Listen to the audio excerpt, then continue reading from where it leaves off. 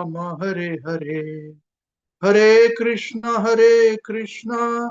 Krishna Krishna, Hare Hare, Hare Rama, Rama Rama, Hare Hare, Hare Krishna,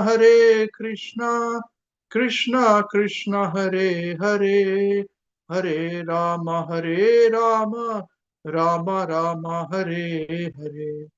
Narayanam Namaskritya Naram Chaiva Narottamam Devim Saraswatim Vyasam Tato Jayam Udirayet Nashtaprayeshva Abhadreshu Nityam Bhagavata Sevaya Bhagavati Uttama Shloke Bhaktir Bhavati Naistiki Hare Krishna, Krishna Krishna, Hare Hare, Hare Rama, Rama Hare Hare. जय Shrimad Bhagavad Gita as it is की जय, ग्रंथराज श्रीमद् भागवतम की जय, श्री चैतन्य चरितामृत की जय, श्रीला गुरुदेव की जय. Word to word synonyms, translations and purports by Jaguru Srila Prabhupada. Jaguru Srila Prabhupada की जय. Shintai Gautandra Premanande Hari Hari Bol.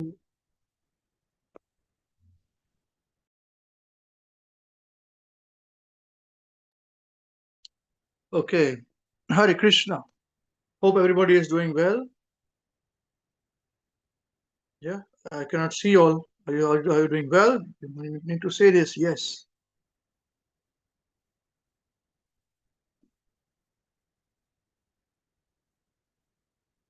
Yes, Prabhuji. Wonderful. Hare Krishna. Yes, Prabhuji. Very good. Yes, Who are Prabhuji. Yes, sir. good? Hare Krishna. Doing very well. Others are not saying yes. They are not well. Oh, that's not very good. Yes, Prabhuji, doing well. Okay. Okay. You don't have to lie. Say you don't have to say. I understand. Okay, you're not doing well.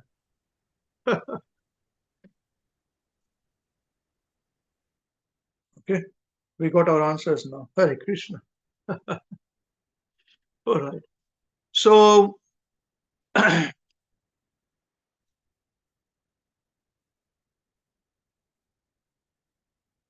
Sadhu, we are discussing who is Sadhu.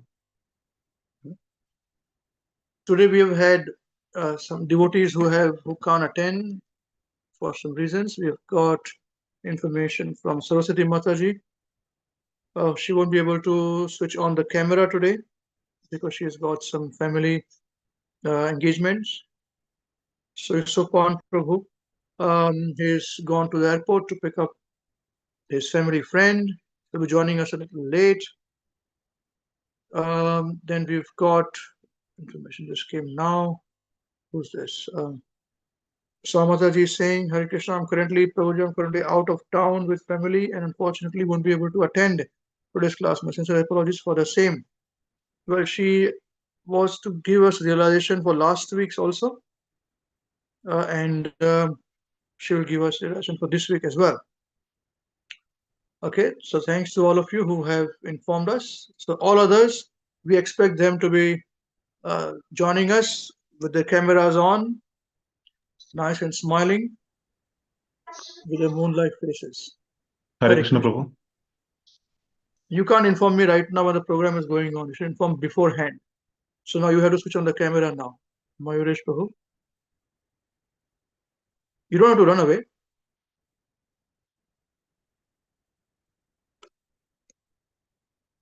Okay. So Sadhu, a Sadhu, as we're discussing, this is the third session we have where we're going to discuss about Sadhu.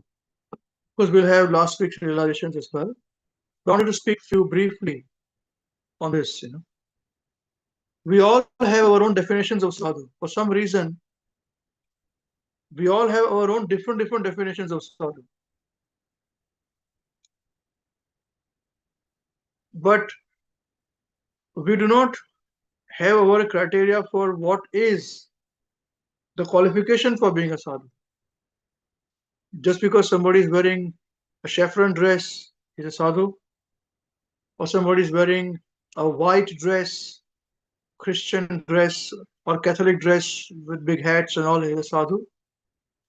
or somebody who's a Maulvi, who is from Islam, wearing the dress is Sadhu? Of course they are.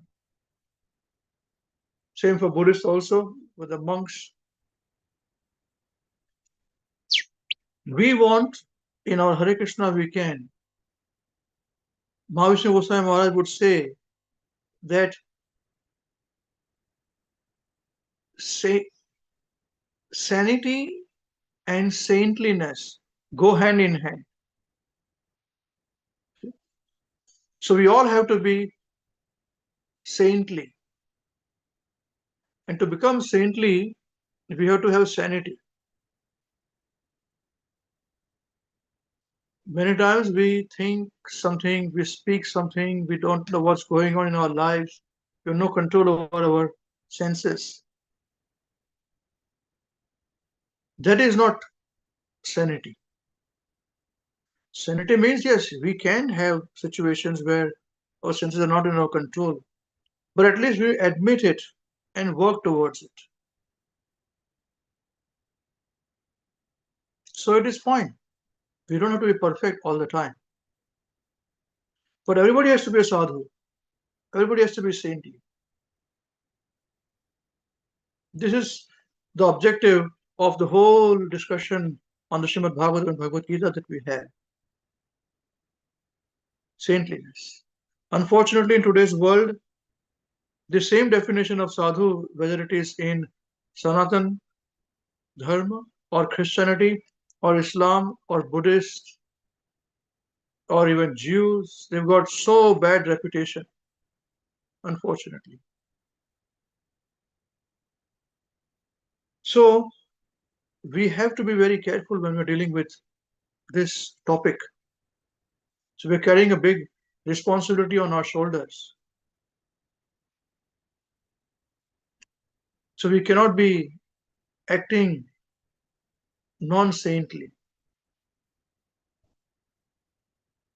Okay.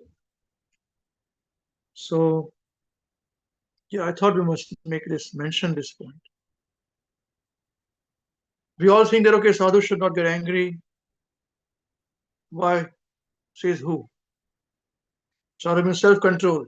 And the whole world will say, yes, that's right. But they have no definition. If they study scriptures, where is the definition of self-control? Yes, you should be controlling the senses, that's right. But for correction, somebody has to do things. Do you think Hanumanji, Lord Hanuman, burned the whole Lanka? Can you burn one house? Can I burn one house? Burn one house. He burned the whole big city, put it to ashes. Is it normal? Is it how Sadhu should behave? He behaved. He's the best Sadhu.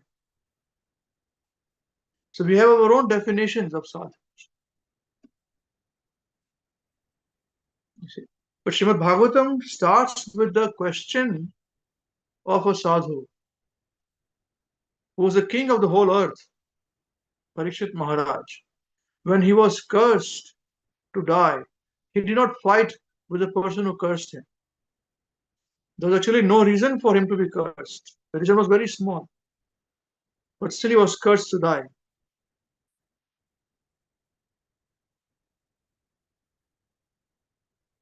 But he accepted that curse. So this is the will of the Lord. So then he asked questions.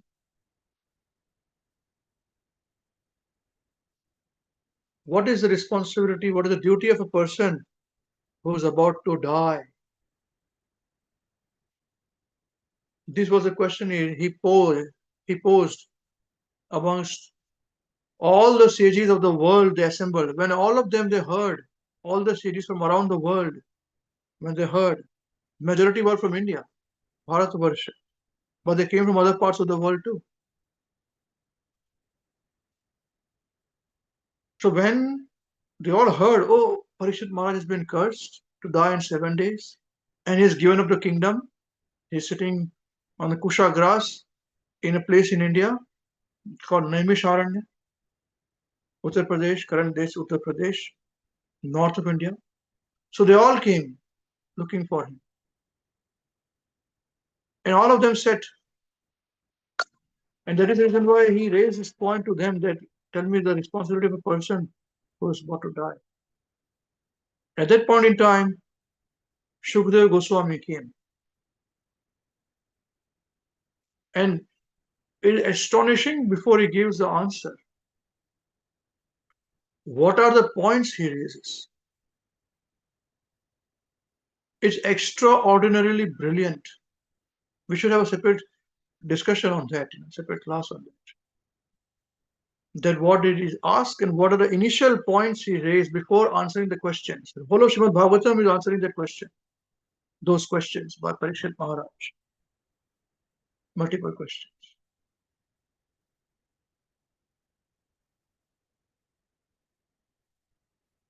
So, to understand Sadhu, we have to walk in his footsteps. And what best way to walk in his footsteps than to study from the same Sadhu of what is the Sadhu. So for that, you should know who is the Sadhu. We are very fortunate. We have got Srila Prabhupada, who's written the books. He doesn't accept himself to be a Sadhu, but gives examples of other Sadhus from Bhagavatam.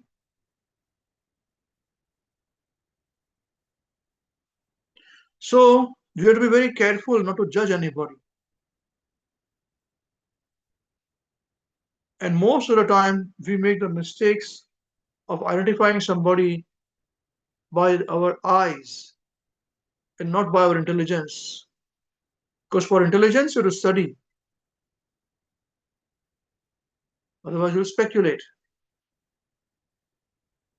I think, I believe, in my opinion. What is the meaning of this? I believe, in my opinion. Because you're not studied, you see.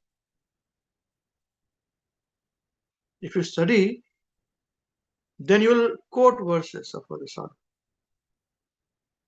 And that is correct. Titikshara, Karunika. These are very tolerant, forgiving. These are very important elements of Sadhu. But do not think the Sadhu is for somebody else. I don't know to become Sadhu. No, we should all become Sadhu. Today, we all should be living Sadhus. Only then we'll be able to preach to the masses. Because everybody wants this knowledge. Everybody is lost actually. Okay. I just thought I wanted to share just few points as a sort of a discussion. Okay. So anyone has made any points from our last week's discussion, please like to share. Please feel free. Thank you. Hare Krishna.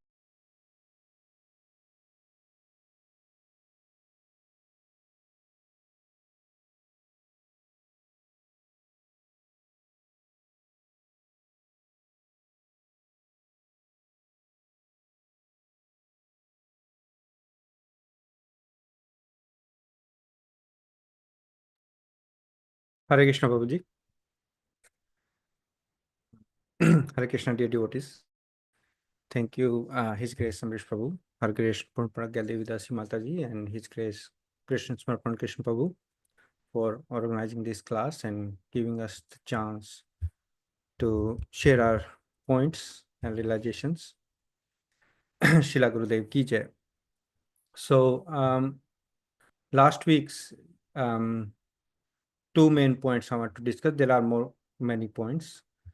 The first points was that about the sadhu, if he gives up all the obligations to, different like public demigods, we all have, like we have obligations, great sages, general living entities, forefathers, So if he gives up all these obligations for the service of the Lord, then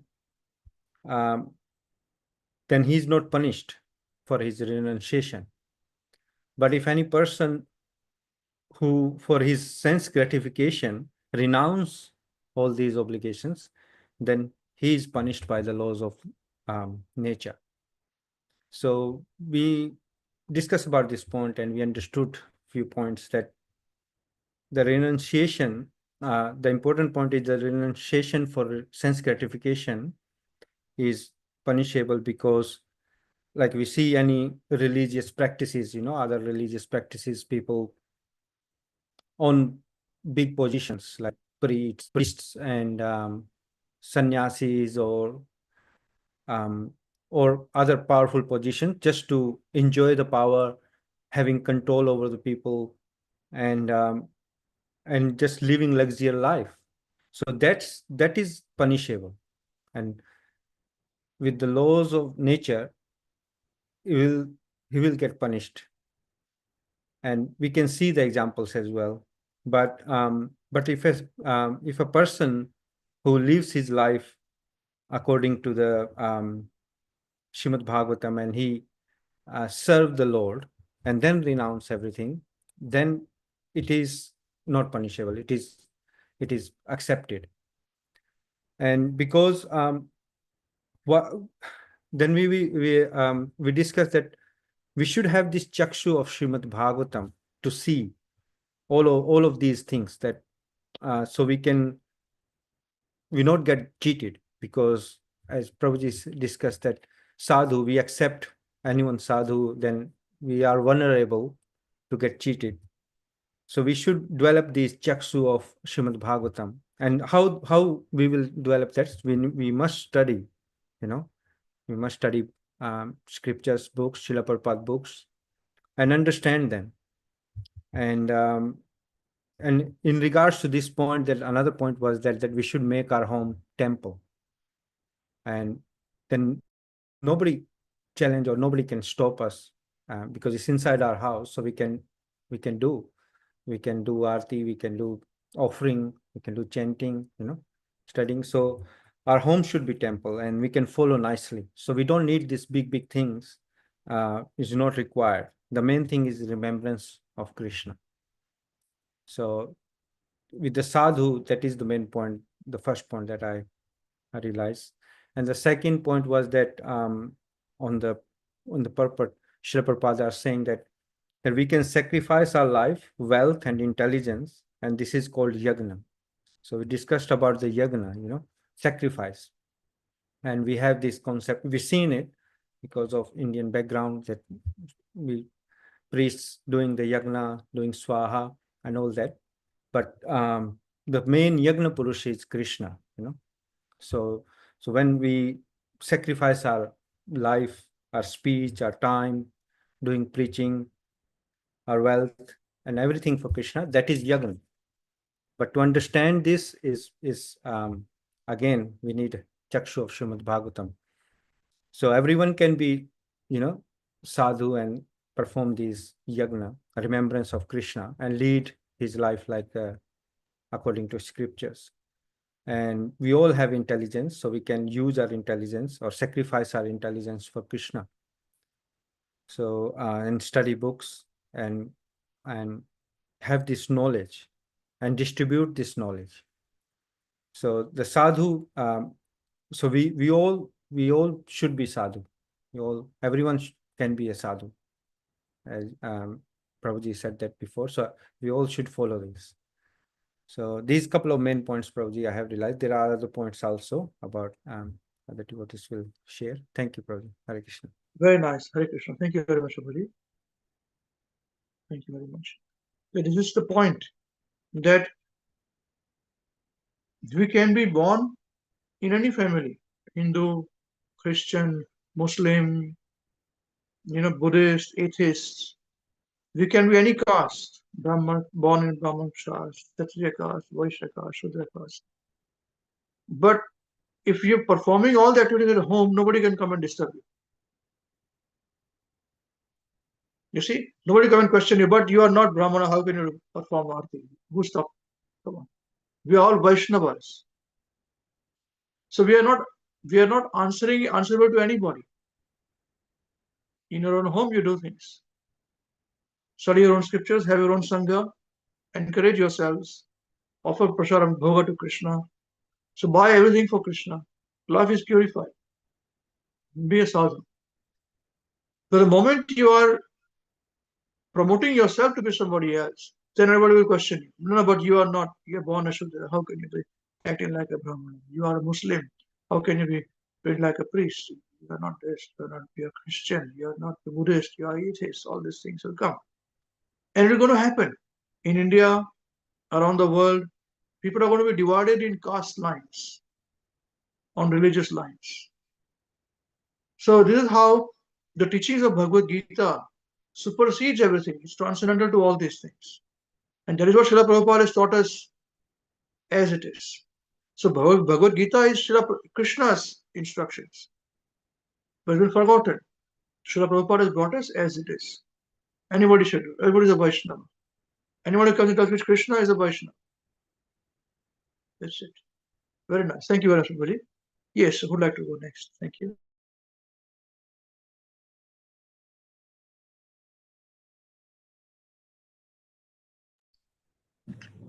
Hare Krishna Prabhuji. Thank you, Amrish Prabhuji. Thank you, Purna Puja Mataji. Thank you, Krishna Sarpan Krishna Prabhu, for arranging this class and allowing us to share our realization. Thank you, Sanjeev Prabhu, for your nice realization. Prabhuji, I have also noted some of the pointers from the previous class.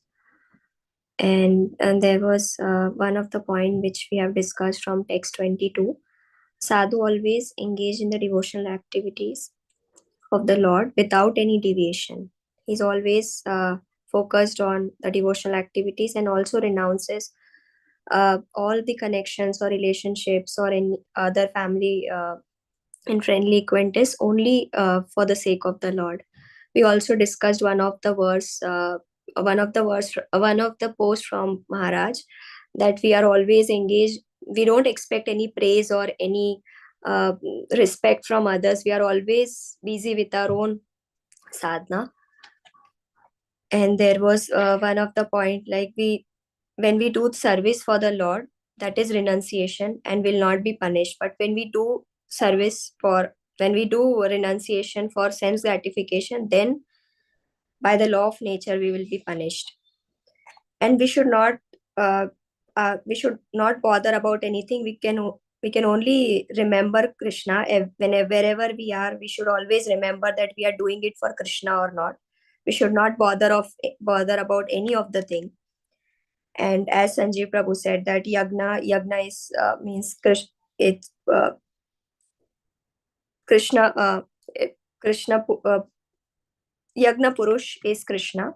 So we should not bother that we should pay anything for doing yagna. We should only think that we have temple at home and chant Hare Krishna Maha Mantra. We can sacrifice our life, wealth or intelligence in yagna. It's not about doing rituals like we used to do by paying something. We can just chant Hare Krishna Maha Mantra. And there was one of the point which I really like. We only like politicians will only make you fight for the caste, but we teach to make your home as temple here. And we do not there are all kinds of worship we do for the Lord, but only worship is to the best worship is to worship Lord Vishnu, and the better worship is to serve or worship a devotee, a Vaishnava. And spiritual life only begins when we be in the association of a sadhu. And Guru Maharaj always want a sadhu who is working in the cities and also doing Krishna consciousness activities. So this was one of the points shared by you from Guru Maharaj. And we should be very honest. Our income should be, we should also earn the income very honestly and become financially independent and chant Hare Krishna Maha Mantra and be happy. There were also examples which you gave about prasadam that we discussed yesterday with Avinash Prabhuji also, that Suchi Mataji and Om Prabhu are also planning to do those things. So we were discussing about it. Then there was pointer like we cannot progress an inch without the mercy of a sadhu. And material life is always about wanting something, and we have seen this, that we always want something, we have desires, and material life is always about this thing. And there was also one of the point about we cannot follow gopis, but we can follow Goswamis in their determination to worship Krishna. Yes, Prabhuji. These are the pointers I noted down. Thank you. Very nice. Thank you very much, Mother. So this point, one thing that one Maharaj said, that you must stay in the cities and be saintly and preach. That is the main purpose of staying in the cities. I will say wherever in the dham and all is fine. But main thing is this. This is what Prahlad Maharaj said. Maharaj was speaking about Prahlad Maharaj's prayers to Lord Nrsimhadev. So Prahlad Maharaj said that I am not worried about my own self. I'm worried about these rascals. Who will take care of them? That's what Maharaj said. That we should be staying in the cities and we must preach. Okay. Thank you very much. Yes, more. Hare Krishna.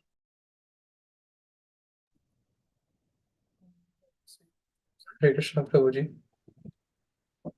Thank you, Prabhuji. Thank you, Mataji. Thank you, Krishna Samarpan Krishna Prabhuji, for conducting these classes, giving me opportunity to share my realization. Thank you, devotees, for the realization. So, the point from last class, what I liked were one was Sadhu should not be attached to worldly affairs. You gave an example like he should know what is going on in the world, as sadhus are very intelligent. These are devotees of Krishna, but they shouldn't be attached to this worldly affairs. One more thing is one can have sangha even if he is distressed. Even if we are distressed, we are having a hard time, we can chant, we can read Prabhupada's book, we can talk with devotees, we can have sangha. We should not have any excuse of not being able to do our devotional activities and not being able to do book reading. There are sometimes time at point, but mostly everything is possible. We can, even at very distressing moment, we can chant Krishna's name, we can read Prabhupada's book, we can pray to Guru Maharaj. Also, the point that not only ritualistic yagna is yagna. If you restrict your speech to talk only about if you restrict your speech to talk about Krishna, that is also yagna. You should, if you restrict your speech that I'll only talk about Krishna, that is also yagna towards Krishna. And the same point that Srishti Mataji covered, that honest income, we should earn honest income and become financially independent, so we can grow more, we can do service, like distributing food to needy people, as you mentioned that most of the other religions are doing it, converting uh, people by giving them food or something. Why can't we do that? But for that we should be very clear of how we are doing it. We should always do it under a sadhu or a master, or not just hypocritically do things like that. And we should also be doing chanting, we should also be reading books, so to understand what is the purpose of this. The purpose of this distributions of food is to engage more and more people in Krishna's service. So these are the points I realized, Prabhuji. Thank you. Yes, thank you very much, Prabhuji. Hare Krishna. Now, it is actually prasad distribution is an instruction given by Srila Prabhupada. Once Prabhupada were in Mayapur. In Mayapur, there were some local children, poor children, and they were fighting with dogs. Prabhupada were discovered dogs barking, and Prabhupada saw from the window, Prabhupada saw that there were dogs and small children fighting for the same food, prasad. Down. When people are thrown away in the pile as rubbish. So dogs are fighting with the children are fighting with the dog to shoot away and get the prasad. So Prabhupada said, no, wherever there is going to be our center, ISKCON centers, we must have 10-kilometer radius, nobody should go hungry. So what we are saying is, our house is our center. You don't require big temples and big deities and all these things. And even them, they do not do huge prasad distribution. Many of them they do. They say, you give us money and we distribute. This is how they do. You give us money and we distribute. They don't pay from their pockets and do it. Okay. But we are saying, you don't pay from your pocket and do it. And don't do big numbers. 1 is enough. 2 is enough. If you can do 1,000, do 1,000. Sometimes do 10,000. Why not? Sometimes do 1, do 2. What is stopping you? So immediately we are following the instructions of our Acharya. You understand this point? This purifies our life. This is the point.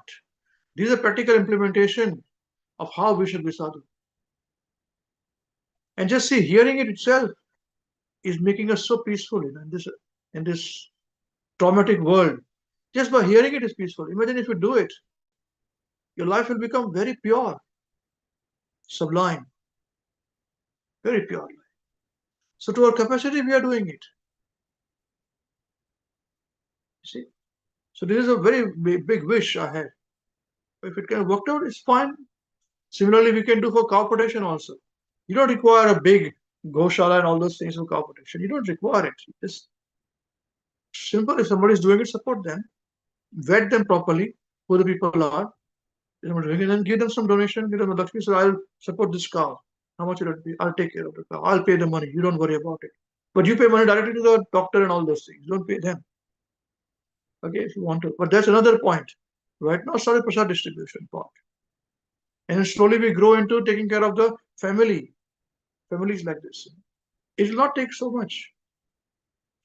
There are 400, 400, 600, 700, 800 million people in India, middle class people. They can all take care of one family. 10,000 rupees a year. Problem is solved. The problem is solved. Dal and rice for a year is enough. 10,000 rupees. For 10,000 rupees, you blow up 10,000 rupees on cigarette, friend.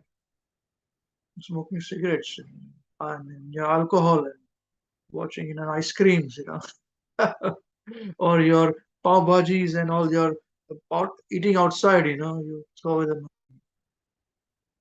Do like this. And you will have more money saving also. I'm telling you. Very nice. All the best. All the best. Please. I never realized we spoke so much detail last week. Please, please. No.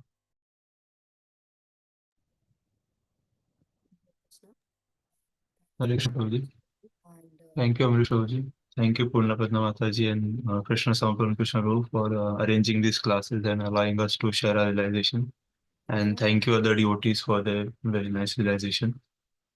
The points that I noted from last class was that a preacher or sadhu should know what is going on and should be aware, but we should know how to get out of it. And we have to understand that we have to go. That line we have discussed before also, that we have to go. We have to understand that. And anyone who comes at Hare Krishna WECAN should know who is sadhu and who is not. We discussed this point as well. And when we were talking about fire sacrifices and yagna, then we discussed that Mahamantra overrules and includes everything. That Hare Krishna Mahamantra includes everything. We don't have to, there are rituals are important, but just yesterday, I think Shushti Mataji shared a post on beginners group that Maharaj was saying that you should not make anything related to Krishna, never make anything related to Krishna a ritual. We should do it every day and we should do it with love, and we should be sincere about it. And nobody can stop us from reading and chanting. Nobody can come to our houses and stop us from doing what we can. We can read scriptures at our own time at our home. We can do whatever activities we can do at our home. No one is stopping them. And the one of the quotes from Maharaj that you shared that we don't expect any respect. We should not expect even any praise from others. We completely mind our own sadhana. So we are very happy doing our own sadhana at our own homes with our own sangha. And lastly, we discuss about prasad distribution, that we do not need 1,000 people to do prasad distribution. Even giving one banana is a prasad distribution. So there are many points. There were many points. So I took some few points from the last. Thank you, Prabhuji. Hare Krishna. Wonderful. Thank you, Arashabuji. Hare Krishna. Hare Krishna. Thank you, Ambrish Prabhu and Purna Pragya Devi Dasi Mataji and Krishna Samarpan Krishnadas Prabhuji for arranging these classes and letting us share our realizations. Thank you so much, other devotees, for sharing their wonderful realizations as well. Some of the points that I noted, in addition to what other devotees have already spoken. Firstly, that we should be able to differentiate between a sadhu and a non-sadhu. And how we do that is by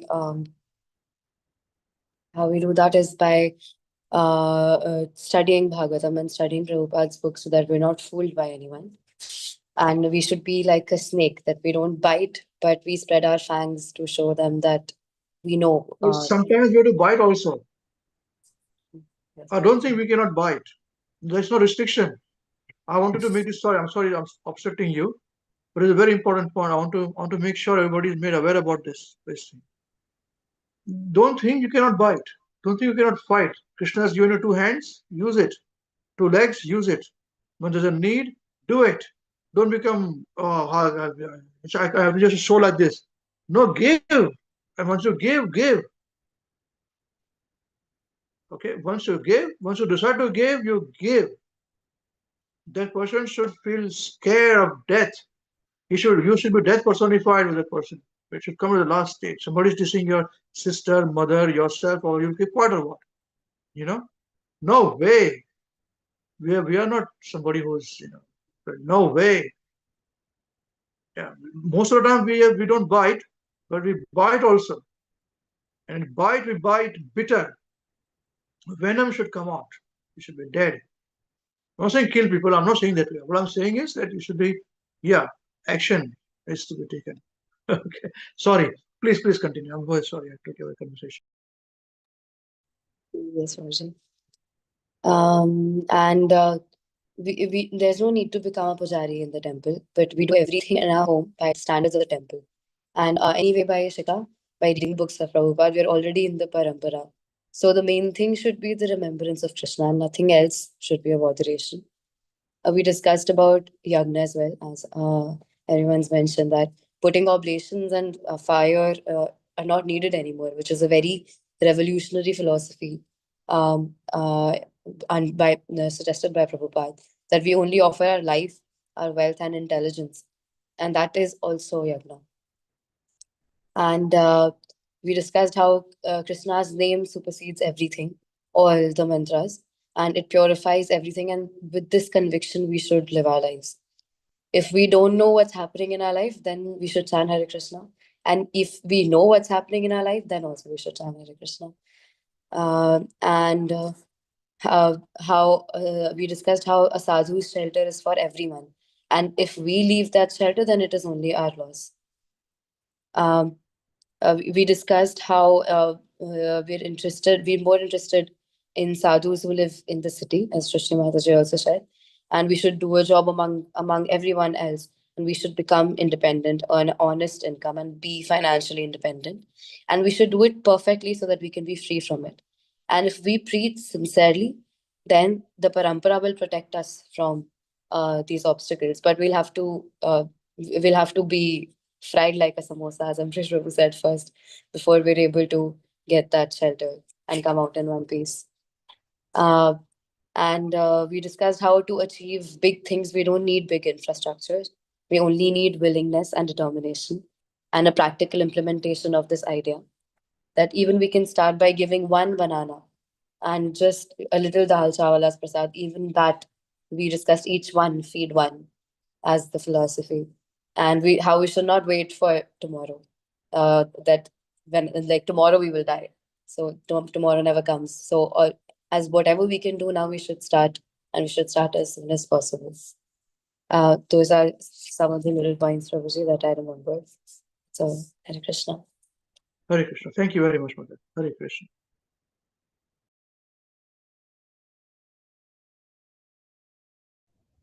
Hare Krishna Prabhuji.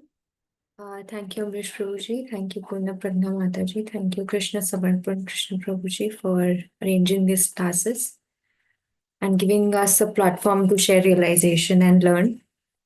The points, and thank you, devotees, for their great realization and points. It was a revision for me. So apart from what other devotees said, what I've also written is that a preacher should be aware of what's happening around, but should know how much to take in and how much to take out. This was the point that we discussed, and that was very interesting. And I'm still meditating on this point of how much to take in and how much to take out. The other point that we discuss is we don't judge anybody, but we don't get fooled by anyone. And the other point that each one feed one. Yesterday, I also discussed this point with Avinash Prabhuji and other devotees, but I'm still in contemplation of how to do it practically, because we usually have this like I get motivated very easily, but practically doing it with a motivation and goal to achieve what we want to is another part that I'm concerned, and I'm still meditating and contemplating of how to do it now practically. Each one feed one on all these philosophies that we take in. So these are the points that I'm still meditating on and thinking. Thank you, Prabhuji. No problem. I mean, think about it. It's no compulsion. And you don't have to do it every day. As I said, you can do once a year or once in 5 years. No problem, but do it. Okay. All the best to you. Hare Krishna. Talk to your Avinash Krishna Prabhu. They will guide you very nicely. Just take support of all the people and do it. We do it here same way we do it here, the same way we do. 1 people, 2 people, 5 people, 10 people, 25 people, 20 people, 50 people, 100 people, 200 people. This is how it is. All the best. Hare Krishna, Prabhu. Sorry to interrupt you, Prabhu. I told them that what we do here, I said, Amrish will spend 2 days on giving tokens, inviting people, that's a lot of work, which we don't know. So that's how they step back. Okay, let us think, yes. It's very controlled and it has to be like that only. Thank you, Prabhu. Up to you, Hare Krishna. Or they can just go to the street and give it to somebody. Up to them, up to you. No problem. All the best. Hare Krishna.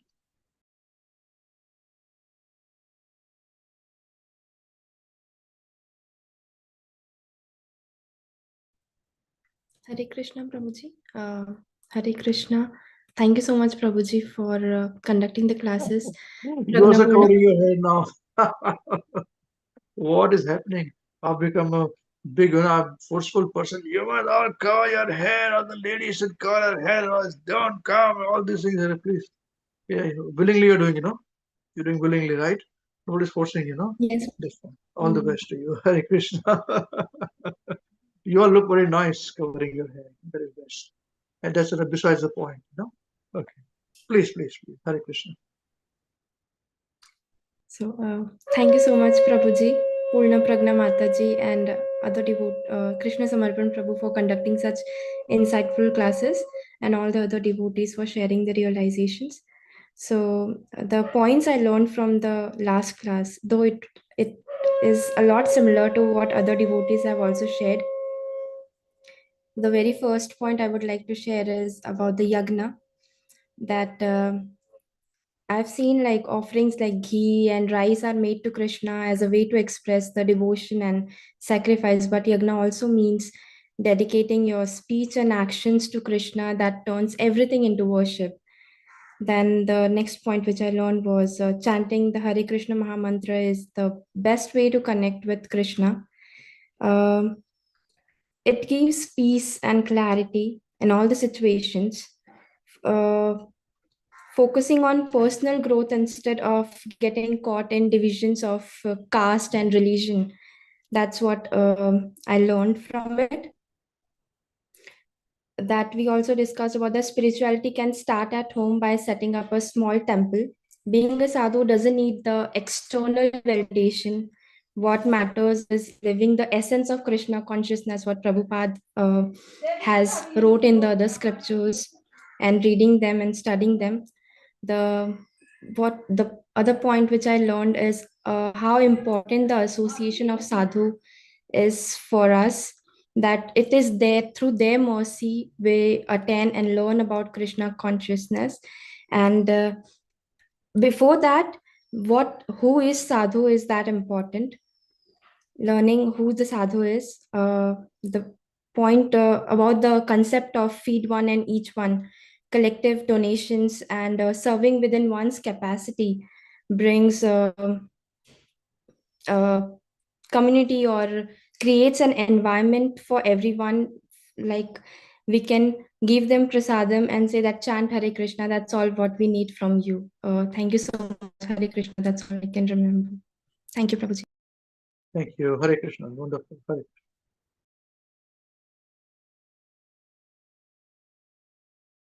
Hare Krishna, Prabhuji.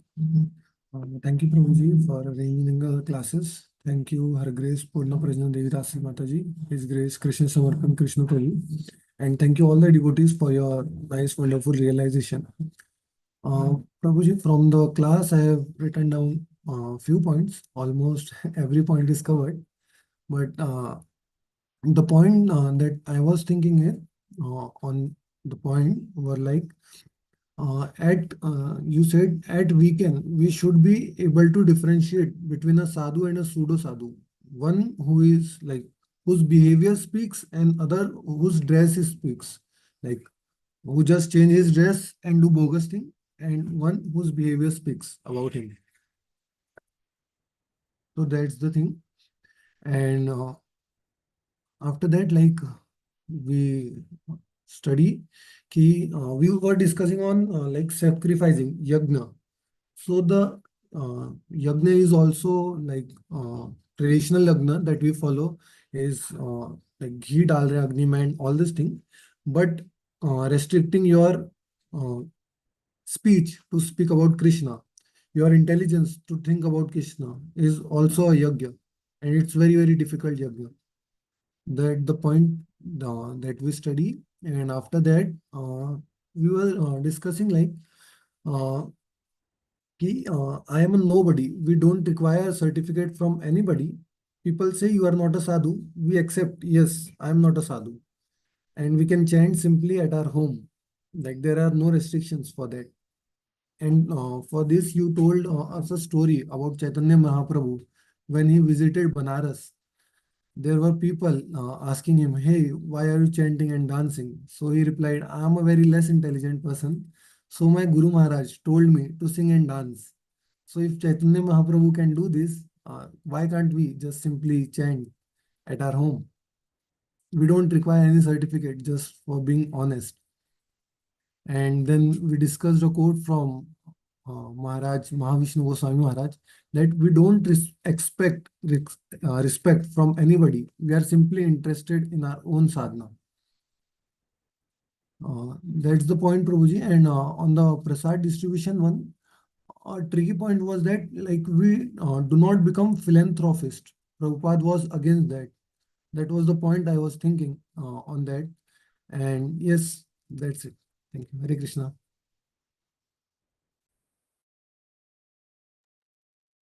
Very nice, Abhi. Thank you very much. That is correct. And at best, we don't want to be calling ourselves sadhu only. We don't want to call ourselves sadhu. Better not to be sadhu. That's okay. You are sadhu. Oh, yes, you are sadhu. You're not a sadhu. Yes, I'm not a sadhu. Best. If you only say I'm not a sadhu, then what will they say more? Nothing really. Nothing. This is Prabhu's way. And we're preaching. Who asked you to preach? Oh, I'm part of Hare Krishna WECAN. Finish. You don't talk to me, talk to them. If they ask me, I say, I'm also part of Hare Krishna WECAN, talk to them. This is how we are moving. No fighting with anybody. Our teaching should be very perfect as a sampradaya. There is sampradaya. That's it. You know? Very nice. Very nice. All the best. Hare Krishna.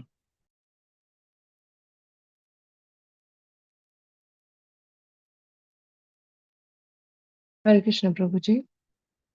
Thank you very much, Prabhuji, for organizing this program. And thank you all the devotees for your very nice realizations and from last week's class. I really like one point which says, if we take Krishna's service, we are no longer obliged to anyone. Krishna and all the Shastras say that our only obligation is to Supreme Personality of Godhead. So for that, we have to sacrifice for our lives, wealth, and intelligence, which is called yagna. And using this intelligence says that in the sense of gratification, using the intelligence for the sense gratification can be done by anyone. But why this human body is here is to gratify Krishna's senses, not our own senses. And that is, then we become perfect. And this perfectness comes with the process, which makes our, the process purified. That's what I like. Hare Krishna. Okay, Hare Krishna. Thank you very much.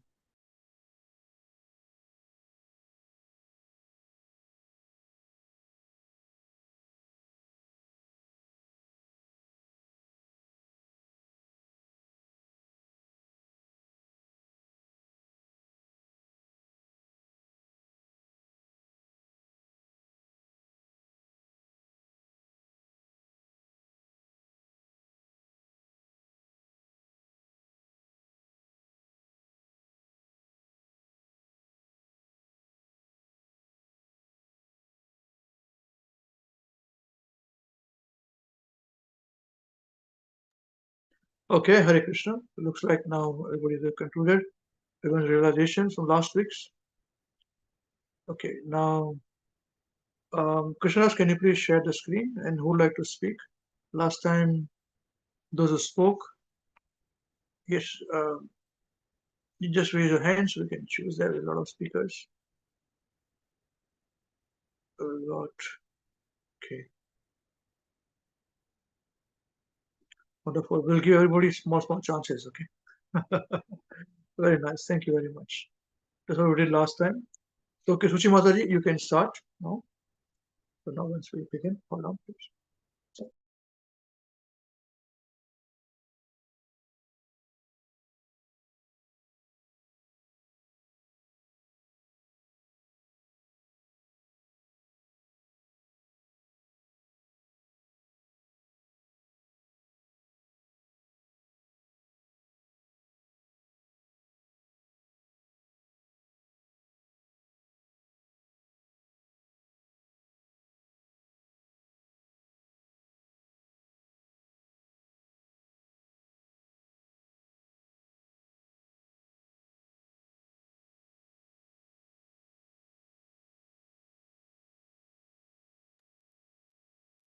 Thank you, Guruji. Text 23. Mad ashraya kathamrishtham shravanti kathayanti cha tapanti vividhastapa netan madgata chetasaha. Translation. Engaged constantly in chanting and hearing about me, the Supreme Personality of Godhead. The sadhus do not suffer from material miseries because they are always filled with thoughts of my pastimes and activities.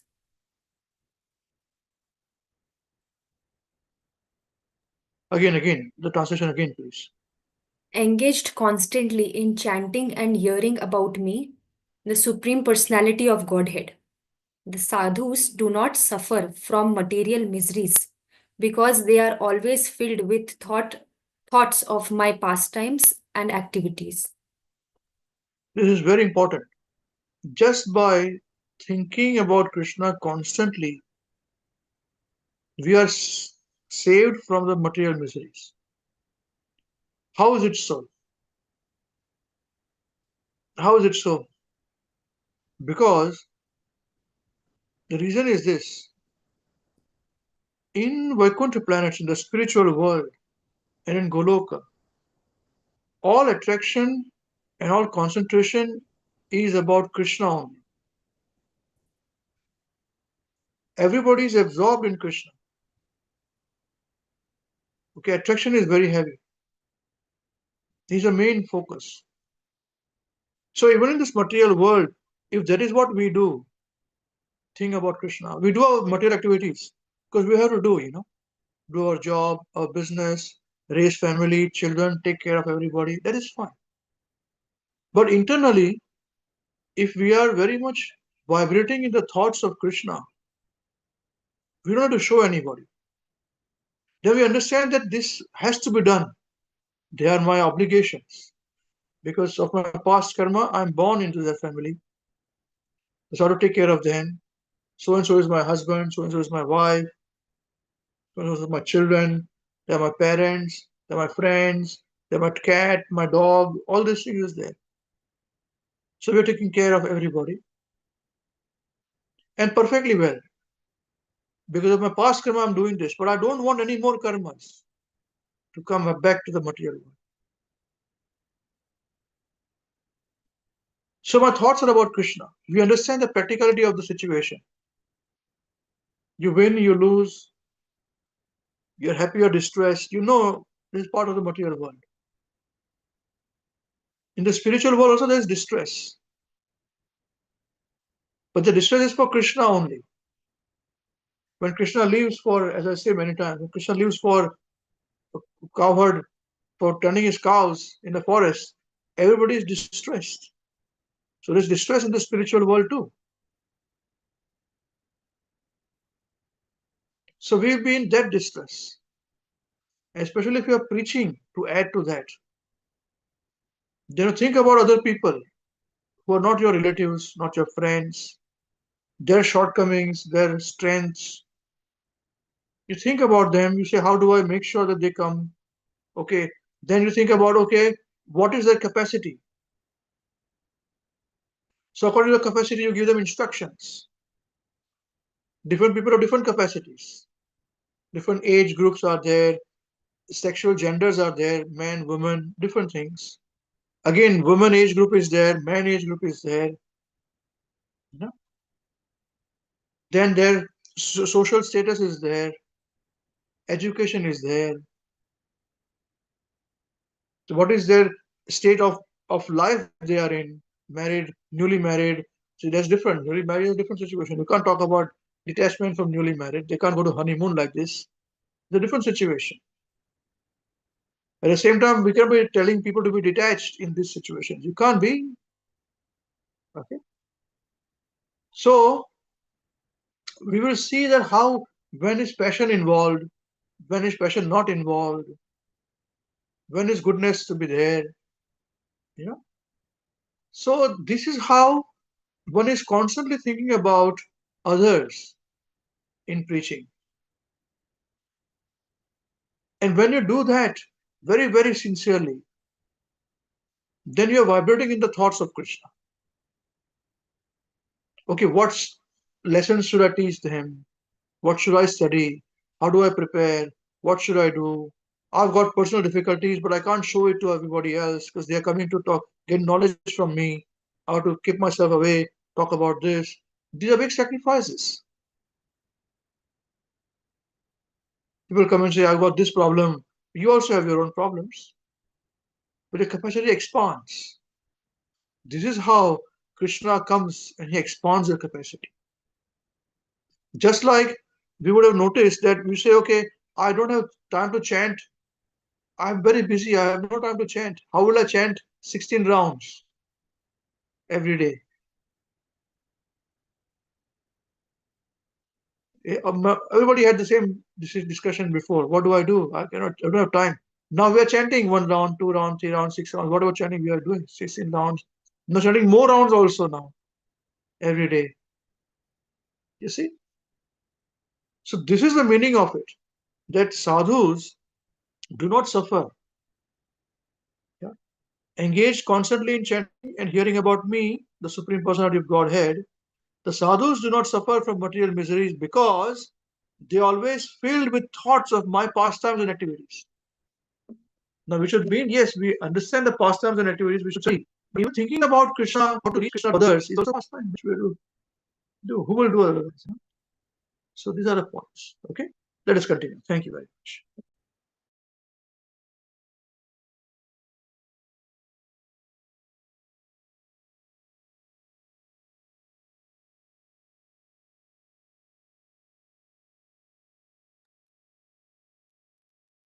What? There are multifarious miseries in the material existence, those pertaining to the body and the mind, those imposed by other living entities, and those imposed by natural disturbance. But a sadhu is not disturbed by such miserable conditions because his mind is always filled with Krishna consciousness, and thus he does not like to talk about anything but the activities of the Lord. Maharaj Amrish did not speak of anything but the pastimes of the Lord. Vachamsi Vaikuntha Gunanu Varnani. He engaged his words only in glorification of the Supreme Personality of Godhead. Ordinary conditioned souls, being forgetful of the activities of the Lord, are always full of anxieties and material tribulations. On the other hand, since the devotees always engage in the topics of the Lord, they are forgetful of the miseries of material existence. Thus, they differ from the other living entities who are simply suffering. Again, this sentences, please. Just two sentences. Read again, please. On the other hand, since the devotees always engage in the ordinary conditioned souls. Ordinary conditioned souls, being forgetful of the activities of the Lord, are always full of anxieties and material tribulations. On the other hand, since the devotees always engage in the topics of the Lord, they are forgetful of the miseries of material existence. Thus, they differ from other living entities who are simply suffering. Yes, see this. They both are living the same life, but the quality is different. One is not thinking about Krishna, one is thinking about Krishna. So when one thinking about Krishna, understands this is a material world has to happen. Our near and dear ones are going to leave us one day. We are also going to leave them one day. You know, body is going to suffer, health is going to suffer, all is going to suffer. But chanting must go on, bhakti must go on, seva of Krishna must go on, because in the spiritual world, the seva is what we're going to do in Krishna. That's it. This is the point. Yes. So thus they differ from other living entities who are simply suffering. Yeah. How beautiful it is. So sublime. Srila Prabhupada ki jai. Yes, please continue. There is no one in the world materially engaged who can boldly say, I am not suffering. I challenge anyone to say this. Everyone in the material world is suffering in some way or another. If not, why are so many drugs being advertised? On the television, they are always advertising tranquilizers and painkillers. And in America and in other Western countries, they are so advanced that there are dozens of tablets for various pains. Therefore, there must be some suffering. Actually, anyone who has a material body has to accept suffering. There are three types of suffering in the material world: Adhyatmik, Adi Bhautik, and Adi Devik. Adhyatmik refers to the body and mind. Today I have a headache or some pain in my back, or my mind is not very quiet. These are sufferings called Adhyatmik. There are other forms of suffering called Adi Bhautik, which are suffering imposed by other living entities. Apart from Adi Bhautik, which are suffering, apart from this, there are sufferings called Adidevik, over which we have no control whatsoever. These are caused by the demigods or act of nature and include famine, pestilence, flood, excessive heat or excessive cold, earthquake, fire, and so on. Nonetheless, we are thinking that we are very happy within this material world. Although, in addition to these threefold miseries, there is also birth, old age, disease, and death. So, where is our happiness? Because we are under the spell of Maya, we are thinking that our position is very secure. We are thinking, let us enjoy. But what kind of enjoyment is this? Obviously, we have to tolerate suffering. One of the characteristics of Sadhu is tolerance. Everyone is tolerant to a degree, but a Sadhu's tolerance and an ordinary man's tolerance are different. This is because a Sadhu knows that he is not the body. According to a Bengali Vaishnav song, Deha Smriti Nahi Yar Samsara Bandhan Kahan Tar. If we properly understand that we are not the body, although we may suffer, we will not feel the suffering as acutely. For instance, if one thinks this is my car and is very attached to it, he suffers more than when it bricked than a man who thinks it can be repaired or I can leave it. It is the question of mental absorption. Because he is more like an animal, a materialist suffer more. The devotee, on the other hand, takes Krishna's advice in Bhagavad Gita, chapter 2, verse 14. Matra sparshastu kaunteya, shitoshna sukha dukkhadah, agma paino anityas, tam stitikshva bharata. O son of Kunti, the non-permanent appearance of happiness and distress and their disappearance in due course are like the appearance and disappearance of winter and summer seasons. They arise from sense perception, ocean of Bharat, and one must learn to tolerate them without being disturbed. In summer, we suffer, and in winter, we suffer. In the summer, the fire brings suffering, and in the winter, the same fire is pleasing. Similarly, in the winter, water is suffering, but in the summer, it is pleasing. The water and the fire are the same, but sometimes they are pleasing, sometimes they are not. This is due to the touch of the skin. We all have some skin disease, which is the body, and therefore we are suffering. Because we have become such rascals, we are thinking, I am this body. According to the Ayurvedic system, the body is composed of 3 material elements, Kapha, Pitta, Vayu. The more we are in the bodily conception, the more we suffer. Presently, so many isms are being developed according to the bodily conception. Nationalism, communism, socialism, communalism, and so on. In Calcutta, during the 1947 Hindu-Muslim riots, there was more suffering because everyone was thinking, I am a Hindu or I am a Muslim. But if one is advanced in Krishna consciousness, he will not fight according to such conception. A Krishna conscious person knows that he is neither Hindu nor Muslim, but the eternal servant of Krishna. Because people are being educated to become more bodily conscious, their sufferings are increasing. If we reduce the bodily conception, suffering will also be reduced. Those who are Krishna conscious, who are always thinking of Krishna within their minds and within their hearts, are not suffering as much because they know that whatever they might suffer is due to Krishna's desire. Therefore, they welcome suffering.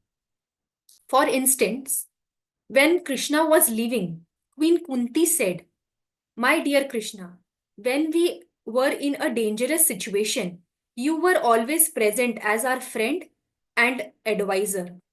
Now we are well situated with our kingdom, and now you are leaving for Dwaraka. This is not good. It is better that we again suffer so that we can always remember you." Thus, the devotee sometimes welcomes suffering as an opportunity to remember Krishna constantly. When a devotee suffers, he thinks, "This is due to my past misdeeds. Actually, I should be suffering a great deal, but due to Krishna's grace, I am suffering just a little." After all, suffering and enjoyment are in the mind. In this way, a devotee is not greatly affected by suffering, and this is the difference between a devotee and a non-devotee. Very nice. Just this paragraph. Can you speak in your own words?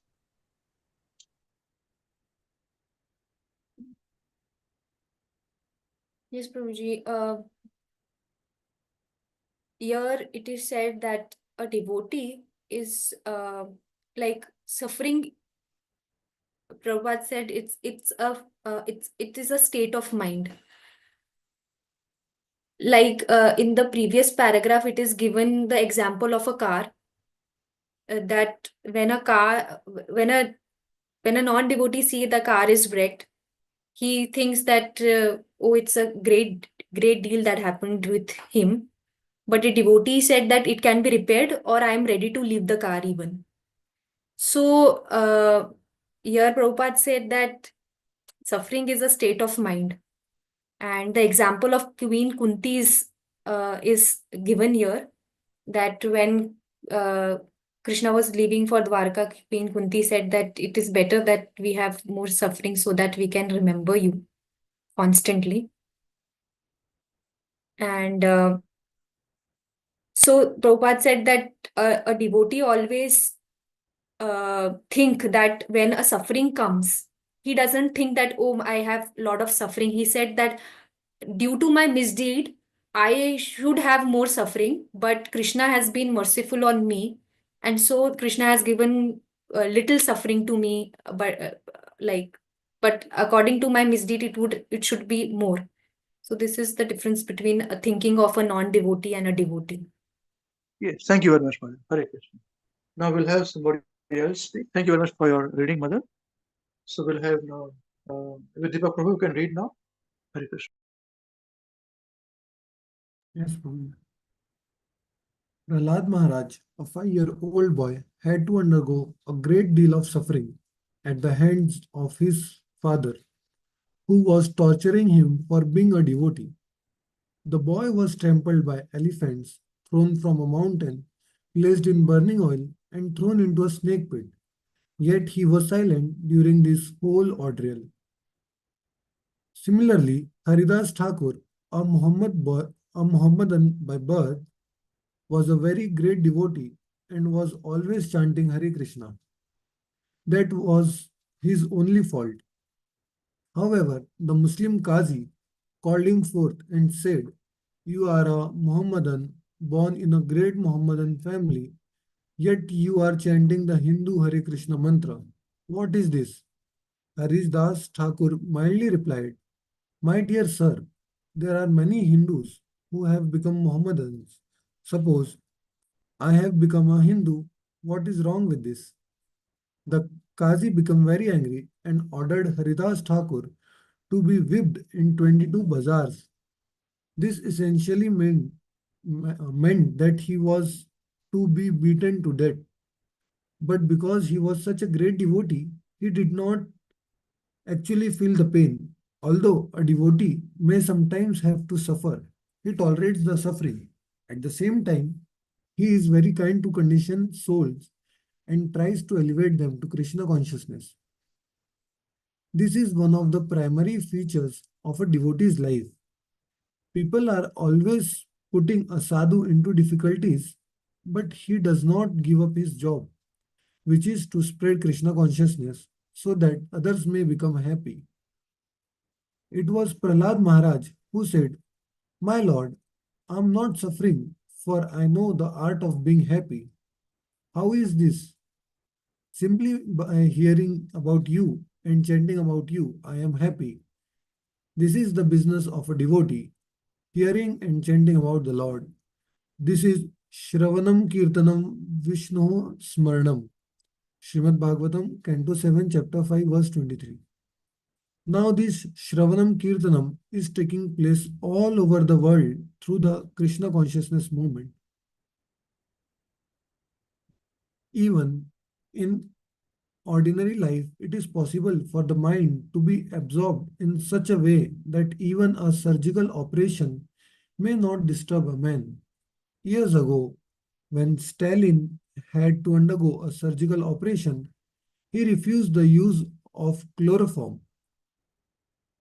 If this is possible even in an ordinary materialistic life, what to speak of spiritual life? One's mind should always be absorbed in Krishna consciousness, in thinking of Krishna.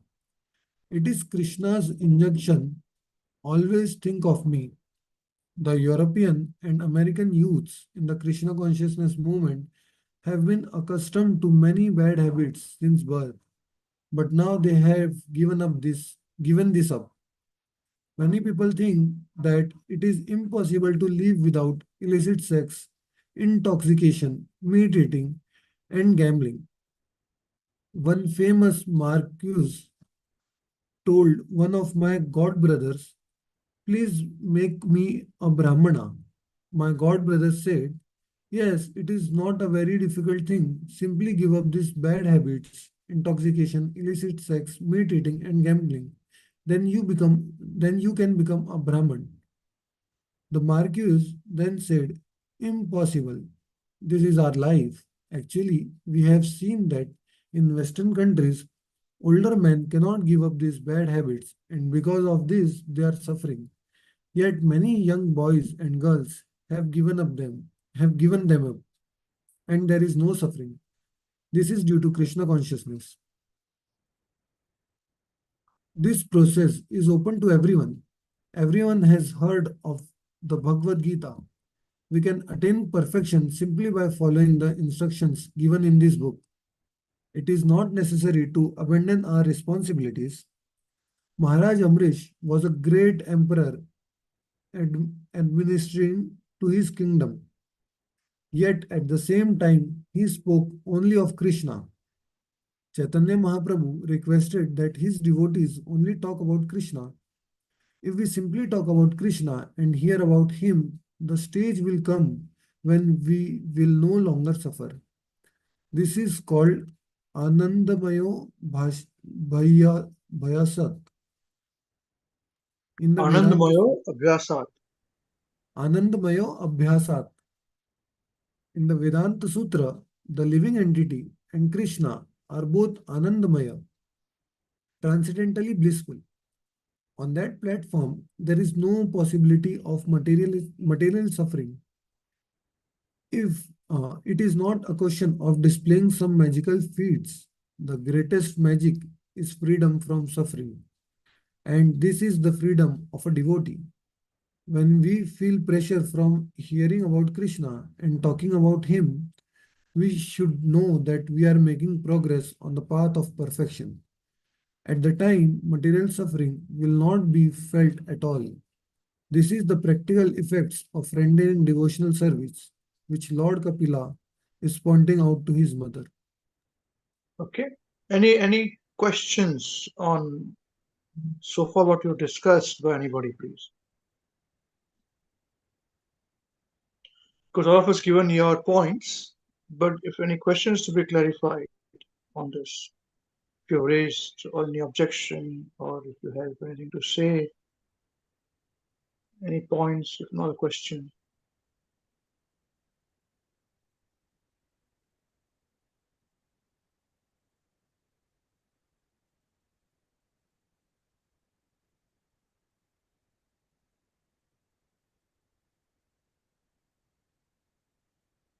Okay, it's all very clear to everybody.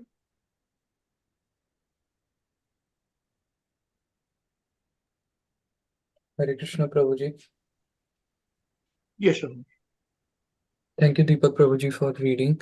Prabhuji, I have this one question. I don't know, it may be reactive question.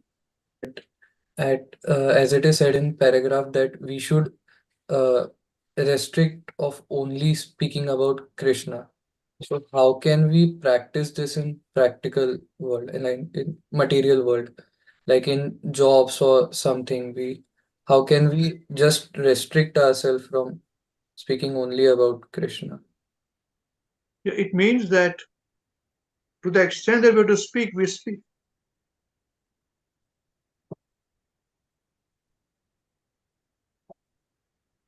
You understand what I'm trying to say? To the extent we have to do our job or business or whatever, we do. Once it is done in our private time, we are back to Krishna. Do you understand this? Yes. And even in private time, depending upon the level of your purity, you'll be doing other things also and Krishna consciousness also. So our challenge is this, that slowly we stop doing other things and do more Krishna. And then we pray to Krishna that after a certain age, our material business and all should also stop to some extent. So we can think only about Krishna more. There is a point. You understand this thing? Very good. This will be more clear in the intermediate level. Yeah. You're good. Very nice. Anybody else anything to say? Is this okay? Is it clear? Yes, Prabhuji. Thank you. Very nice. Any other questions or thing to share?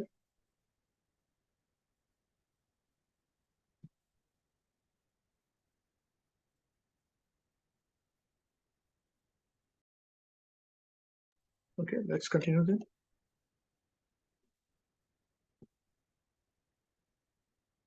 We'll have some other speaker now. Maybe Om Prabhu, you can speak now. Thank you very much, Deepak Prabhu, for reading.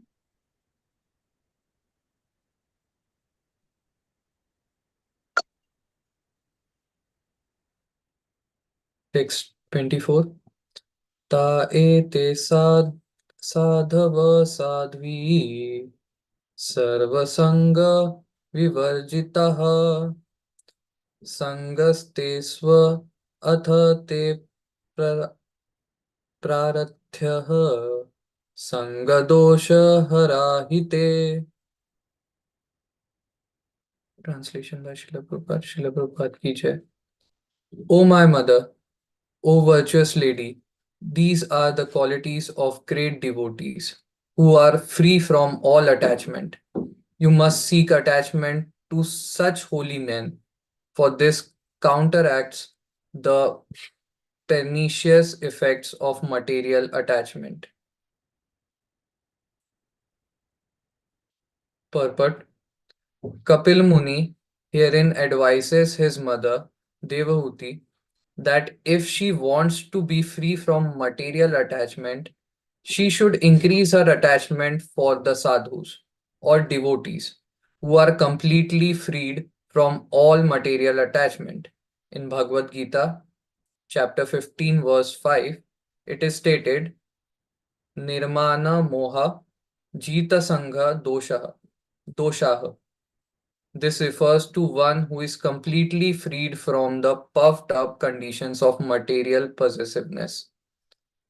A person may be materially very rich or respectable, but if he at all wants to transfer himself to the spiritual kingdom, back home, back to Godhead, he has to be freed from material possessiveness, because that is a false position. The word moha used here means the false understanding that one is rich or poor.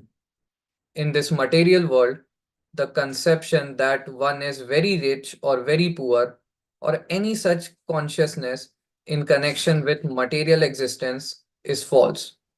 Because this body itself is temporary. A pure soul who is prepared to be freed from this material entanglement must first be free from the association of the three modes of nature. Our consciousness at the present moment is polluted because of association with the three modes of nature.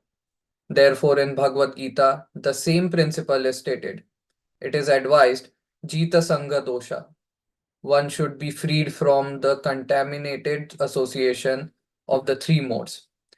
Here also, in Srimad Bhagavatam, this is confirmed. A pure devotee who is preparing to transfer himself to the spiritual kingdom is also freed from the association of the three modes. We have to seek the association of such devotees. For this reason, we have begun the International Society of Krishna Consciousness. There are many mercantile and scientific associations in human society. Mercantile. Mercantile is business. Mercantile. Mercantile. Mercantile and scientific associations in human society established to develop a particular type of education or consciousness. But there is no association which helps one to get free from all material association. If anyone wishes to become free from this material contamination, he has to seek the association of devotees, wherein Krishna consciousness is exclusively cultured. Exclusively culture. How beautiful it is. Hare Krishna. Because a devotee is freed from all contaminated material association, he is not affected by the miseries of material existence. Even though he appears to be in the material world, how is it possible? A cat carries her kitten in her mouth, and when she kills a rat, she also carries the booty in her mouth. Thus, both are carried in the mouth of the cat, but they are in different conditions. The kitten feels comfort in the mouth of the mother, whereas when the rat is carried in the mouth of the cat, the rat feels the blows of death. Similarly, those who are sadhus or devotees engaged in the transcendental service of the Lord do not feel the contamination of material miseries, whereas those who are not devotees in Krishna consciousness actually feel the miseries of material existence. One should therefore give up the association of materialistic persons and seek the association of those engaged in Krishna consciousness. By such association, one will be benefited by spiritual advancement by their words and instructions. One will be able to cut off his attachment to material existence.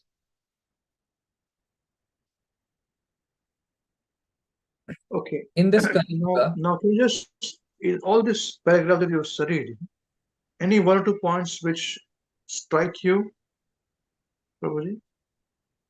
Prabhuji, that one point that this whole society is made, in pieces like scientific society, mercantile society, but no one is stating that how to get out of this material world. If you are suffering, you suffer till end. There is no one telling you how to get out of it. People may say meditate, yoga, and this much thing, but it is not working. But Prabhupada did this. He made a society where you get a proper knowledge, where you get a proper association to get out of this material suffering. So that I found very Yeah, interesting. very nice. Thank you very much, Prabhuji. Okay, Pradhan Prabhu, can you read please in this Kali Yuga? Thank you very much, Om Prabhu, for reading. Hare Krishna. Hare Krishna, Prabhuji. Thank you, Om Prabhu, Deepak Prabhu, and Suchi Mataji for reading. Prabhuji, I had one question actually on the above paragraph. Yes, please, please. So the example that Prabhupada had given here about the cat and the rat, that when the rat is in the mouth of the cat, he is facing death. And the Prabhupada then writes that Similarly, those who are sadhus or devotees engaged in the transcendental service of the Lord do not feel the contamination of material miseries. So, my question is that does the material like they do not feel the miseries of material world, but does the material nature also acts differently for them? Good question. Very good question. Material nature acts separately. Material nature is in the hands of Krishna. So externally, they may also be seen as suffering. Okay, sadhus. But because they are detached, they are not suffering. But it's very hard to understand this thing.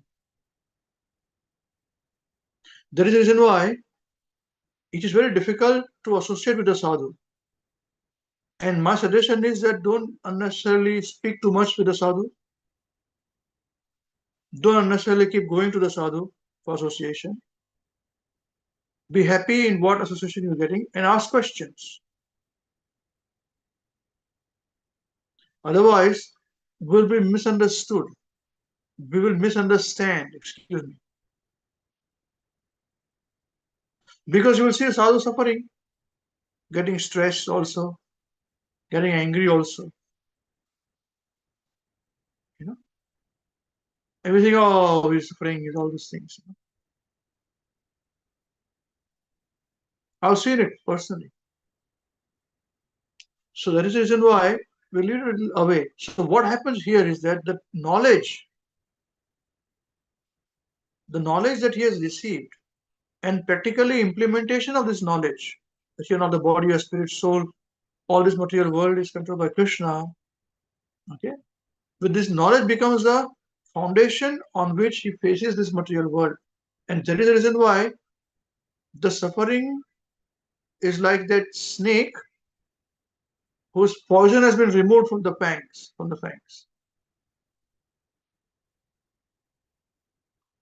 Yeah,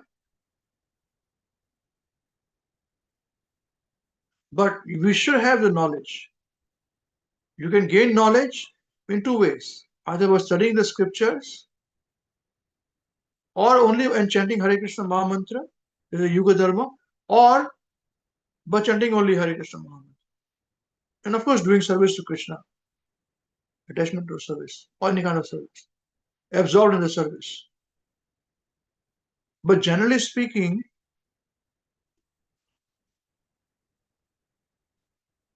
gaining knowledge and implementing knowledge, and digesting the knowledge gives you a better opportunity to face the material world and see things in proper perspective, because you got knowledge. Because you see, even doctors would try to save somebody. They don't believe in God themselves. Some of them they do. I'm not saying doctors don't believe. It's not what I'm trying to say. What I'm saying is that generally you may find somebody is not believing in God. But a point will come where they will tell the family members for the patient that now we've done everything, now just pray to God or whoever you have to pray. It's beyond our capacity. Yeah. So this is the point, that even they have to surrender to Krishna. But the devotee is already surrendered to Krishna. He says, okay, I'm doing these things which are needed and done.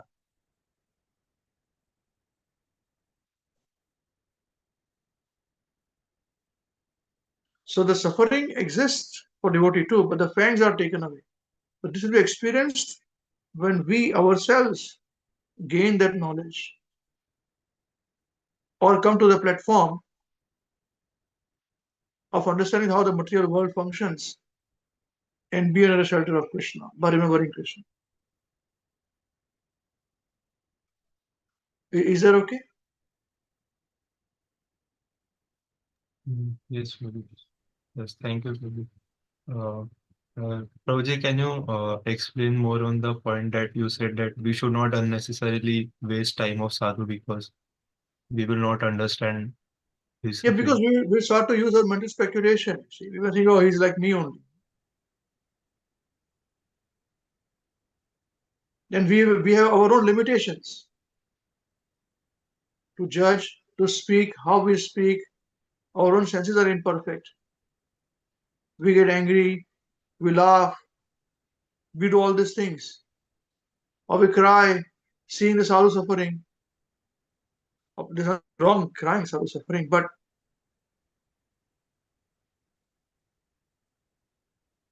it's an insult as well. Rather do service and purify ourselves. So because we are not qualified enough, even doing service, we may think we are very qualified.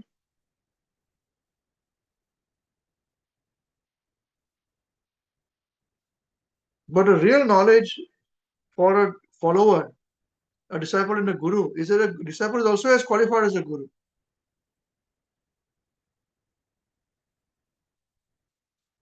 He's also sadhu. Because otherwise, what is the meaning of a guru? What is it learned? Similarly, if we study Srila Prabhupada's books, and if we are not becoming sadhu, what are we studying? Is it not so? What is he teaching?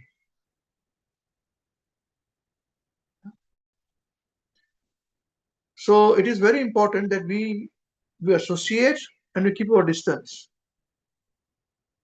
Because you speak like us, talk like us, we think they are like us.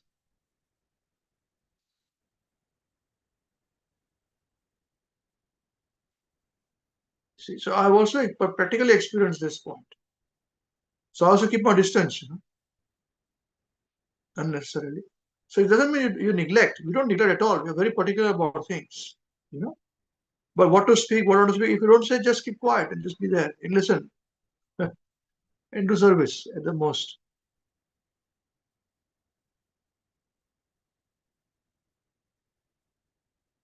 Yeah, this is the point. Just like in Dham, when you went to Vrindavan, you said, don't spend too much time in Dham, right? We may commit offense. We may love to do it. Initially, it's like a picnic for us. And, wow, it's very nice it's very good, and we enjoy it so much. You have to stay more, and ultimately, then your thoughts will be different.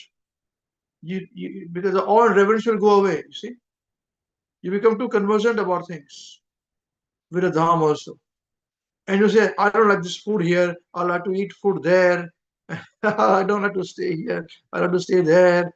And this is not bad. That is right. This is that. Why? Just everything is gone. Goes into custard. Let's go there, and move. Similarly with sadhu also, you be there, associate, serve nicely as much as you can, but don't become too conversant. Then it becomes a very tricky situation. You'll ask some question, you'll say something which is not appropriate, and it will unnecessarily disturb us. So devotees' time is very important. We should not try and necessarily waste the time so that the devotee thinks about us rather than thinking about Krishna. You must remember this point very much. If at all you want to associate, you must support so they can think about Krishna more rather than think about you or me. You understand what I'm trying to say? We may say something which they don't like, we may act in a particular way which is not appropriate. So disturbance, unnecessary disturbance, taking the conversation away from the thought process somewhere else, thinking about you now. Are you doing service then? You're not doing any service then, yeah? So this is how it is. So it is a very thin process to gain knowledge, and that's the reason why association, you'll get burnt out too with a pure sadhu.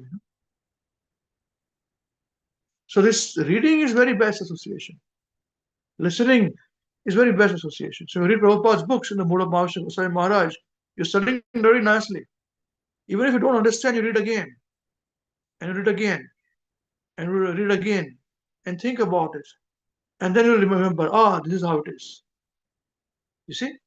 But you cannot, if a person is speaking to you, you cannot say, can you speak again and again and again and again 5 times. See? Do you understand what I'm trying to say?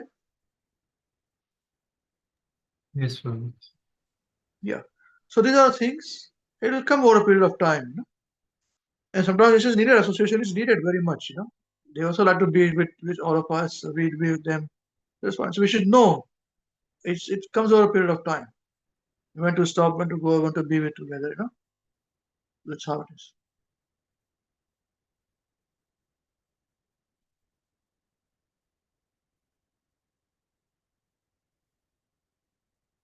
Okay? Fine. Anyone else has any questions? Thank you so much. Thank you. Or anything to share?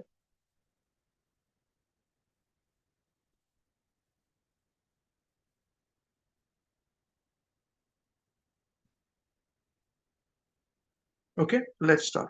Thank you.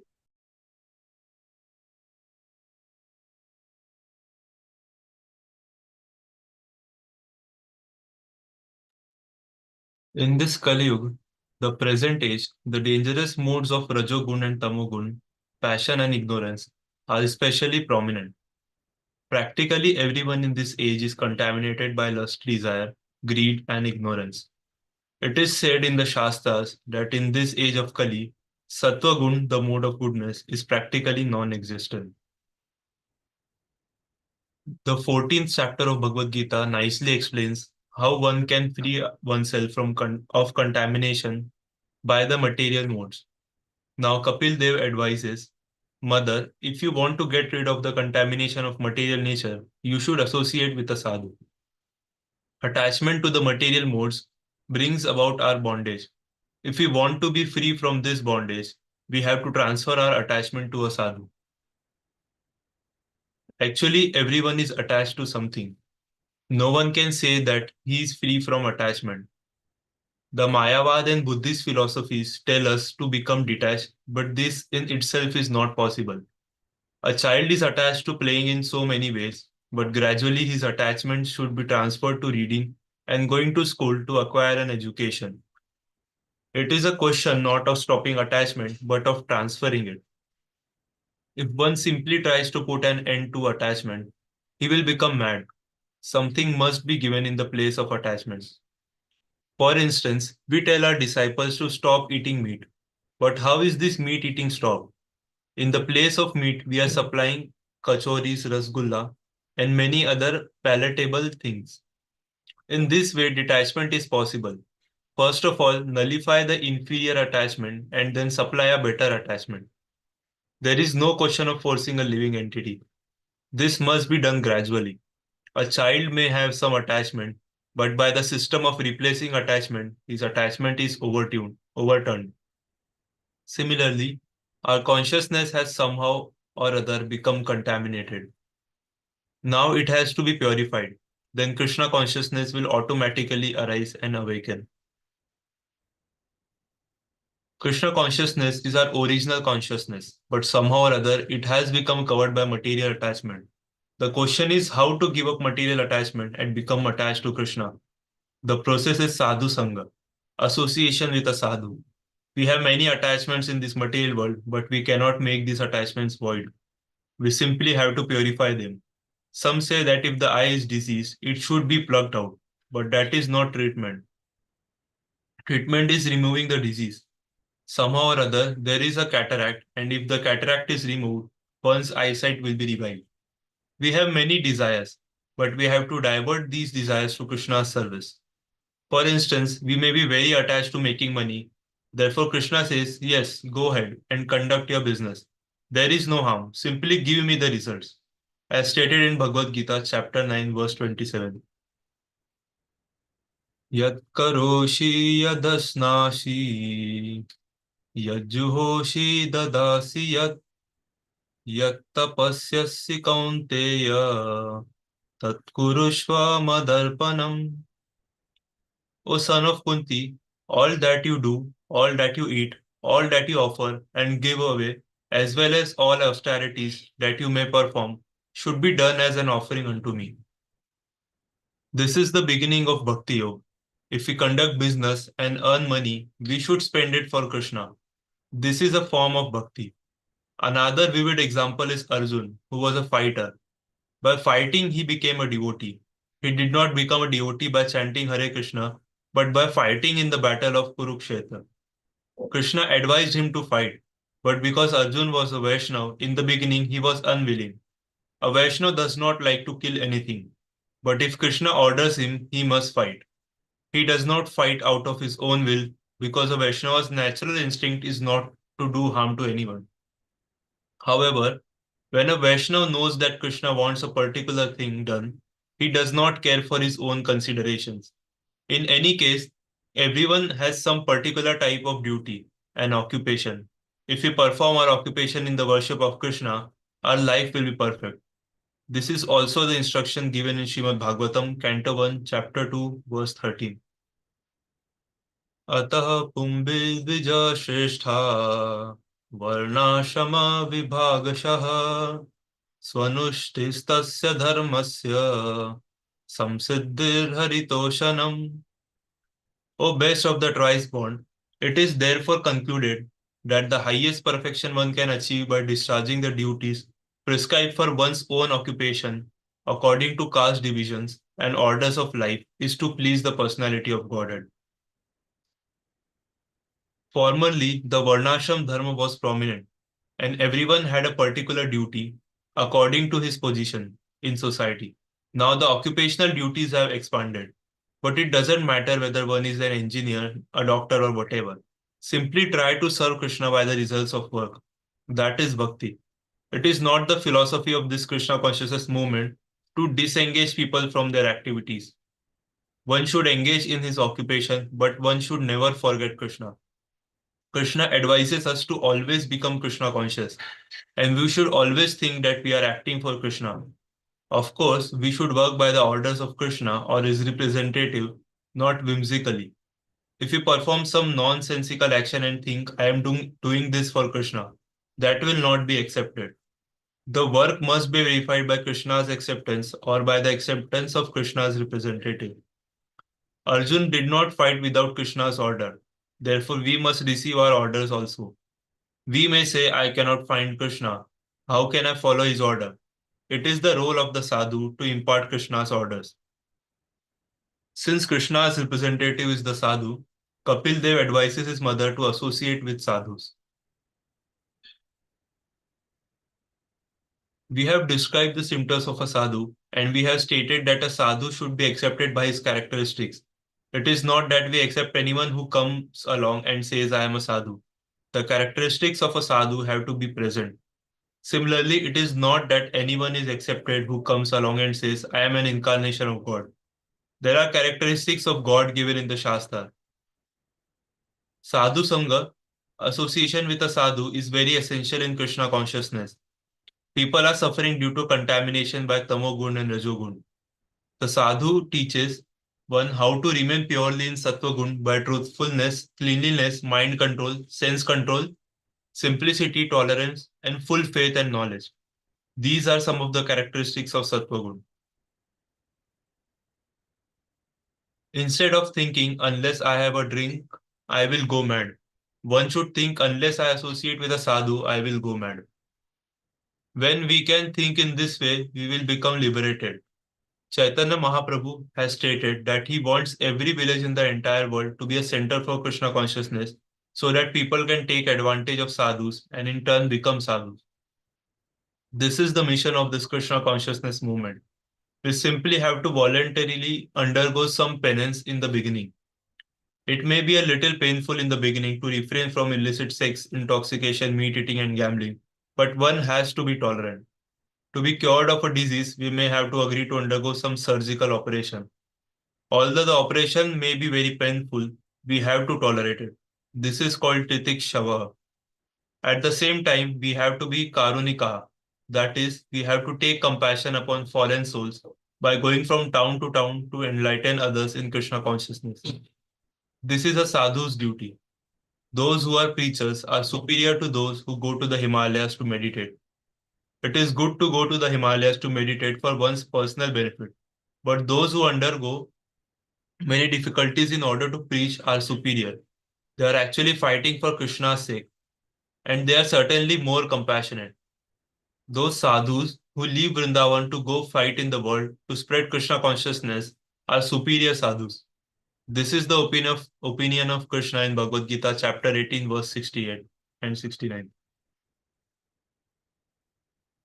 Ya idam paramam guyam madbhakteshvabhidha abhidhashyati bhaktim mai param kritva mame vaishyati samshayah na cha tasman manusyeshu कश्चिन्मेऽपि यकृत्तमः भविता न च मे तस्मात् अन्यप्रियतरो भुवि. For one who explains the supreme secret to the devotees, devotional service is guaranteed, and at the end he will come back to me. There is no servant in this world more dear to me than he, nor will there ever be one more dear. If we This is want why to we be should be preaching. This is the reason why we're preaching. 1868 and 69. Please continue. Shri Gurudev ki jai, Shri Prabhupada ki jai. If we want to be quickly recognized by Krishna, we should become preachers. This is also the message of Sri Chaitanya Mahaprabhu. It is not that one should remain in India, rather, one should travel all over the world to preach Krishna consciousness. The Sadhu is Surya. He is the well-wisher of everyone. This does not mean that he is a well-wisher for an Indian nationalist or whatever. No, he is a well-wisher even of cats and dogs. A devotee even wishes to benefit cats and dogs by giving them prasad. Once, when devotees from Bengal were going to see Chaitanya Mahaprabhu, a dog began to follow them, and the leader of the party, Shivanand Sena, was giving prasad to the dog. When they had to cross a river, the boatman would not take the dog, but Shivanand Sena paid him more money and said, "Please take this dog. He is a Vaishnav, for he has joined our company. How can we leave him behind?" Chaitanya Mahaprabhu himself actually threw some of his food to the dog, and in this way the dog attained Vaikuntha. Not only is a sadhu everyone's well-wisher, but he is not an enemy of anyone. He is also shanta, peaceful. These are the preliminary characteristics of a sadhu. He is also attached to no one but Krishna. May anyena bhavena. These are the external and internal symptoms of a devotee. A devotee also respects the demigods because he knows their position in relation to Krishna. In Brahma Samhita, chapter 5, verse 44, the goddess Durga is worshipped as the external energy or potency of Krishna. Shrishti Sthiti Pralaya Sadhana Shaktireka Shaye Vayasya Bhuvanani Bibharti Durga Ichanurupam Apiyasya Cha Chestate Sa Govindamadi Purusham Tamaham Bhajami. The external potency Maya, who is of the nature of the shadow of the Chit, spiritual potency, is worshipped by all people as Durga, the creating, preserving, and destroying agency of this mundane world. I adore the primeval Lord Govinda in accordance whose will with whose will Durga conducts herself. The goddess Durga is so powerful that she can create, maintain, and annihilate. However, she cannot act independent of Krishna. She is like a shadow of Krishna. A sadhu knows that Prakriti nature is working under Krishna's direction. Similarly, a policeman knows that he is not working independently, but under government orders.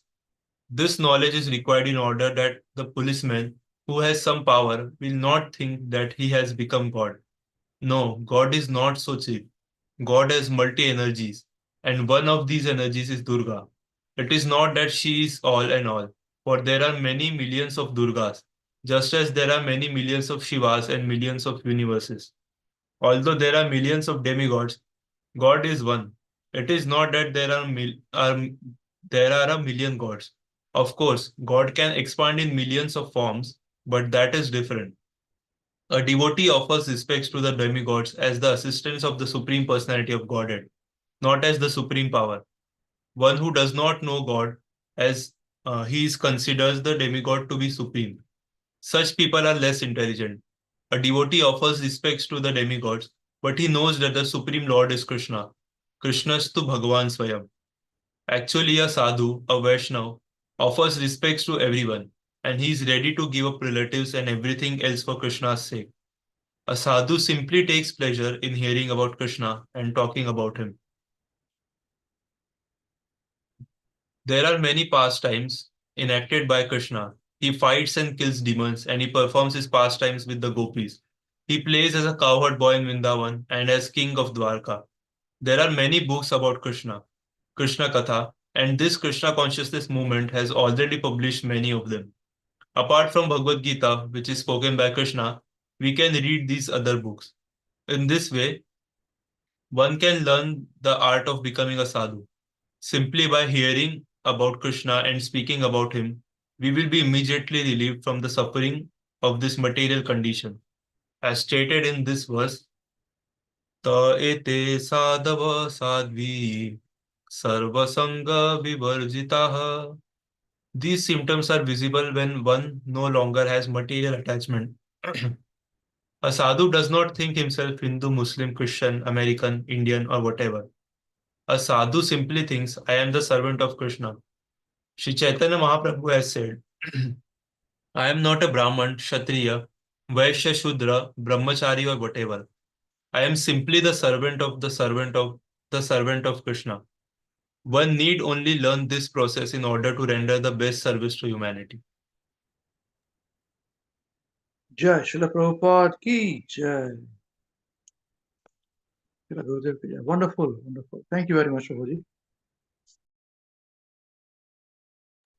Yes, anyone has any questions, something to share before we conclude today?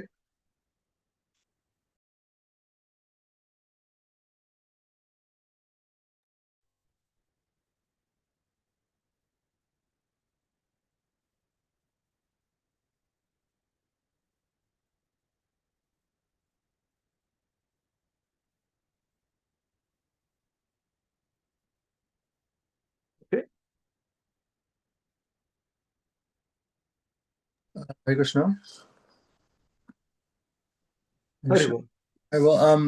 Here it's a simple question, but here Prabhupada writes in the purport that God is one, right? It's not that there are a million gods, but God can expand himself in a million forms. But that's different. So what exactly does that mean?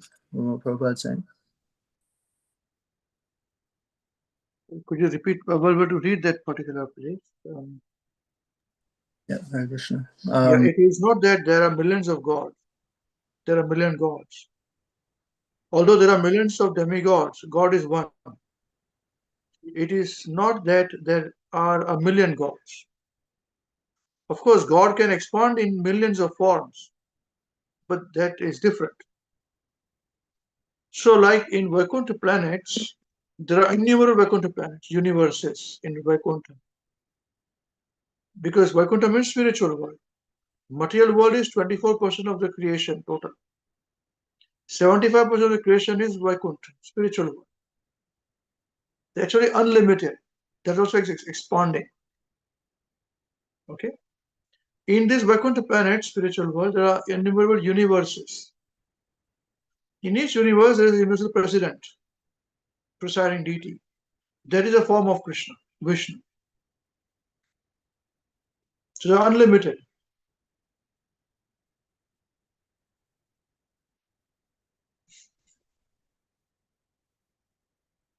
But they are all God.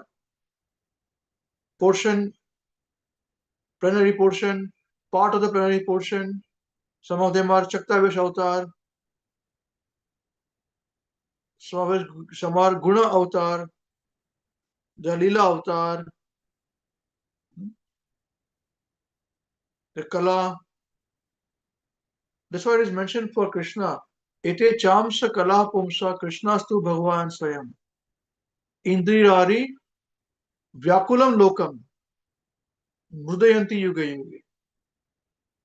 So, of the proportion of the plenary portion of the Supreme, Krishna is the Supreme.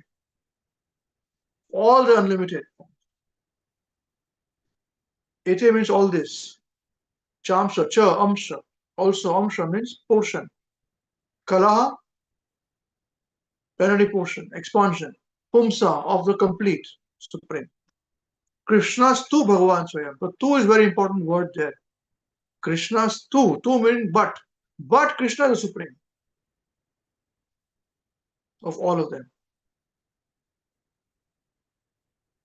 So Krishna has unlimited forms. We think we are too small, too tiny in this one universe, in one place we are living, and we cannot fathom his activities.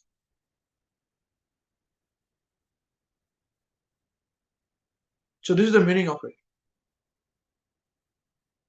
God can have unlimited forms, millions and millions of forms. Okay?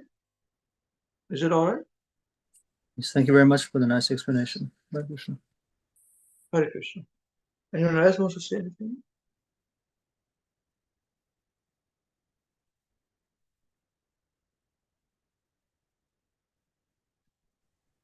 Hare Krishna. Yes, Hari Bol. So just on that point, then also it includes, does it then also include, like, how Srila Prabhupada says that Krishna, when Krishna appeared as himself, and then he was there with each of the 16,108 wives at the same time. It's the same Krishna. It's not like different. Does that also Yeah, include? the same Krishna. Yeah. Hare Krishna. Because there are also Vilas form of Krishna. Mm. Tadekatma Rupa. It gets a little technical, Mm. So not in this discussion part.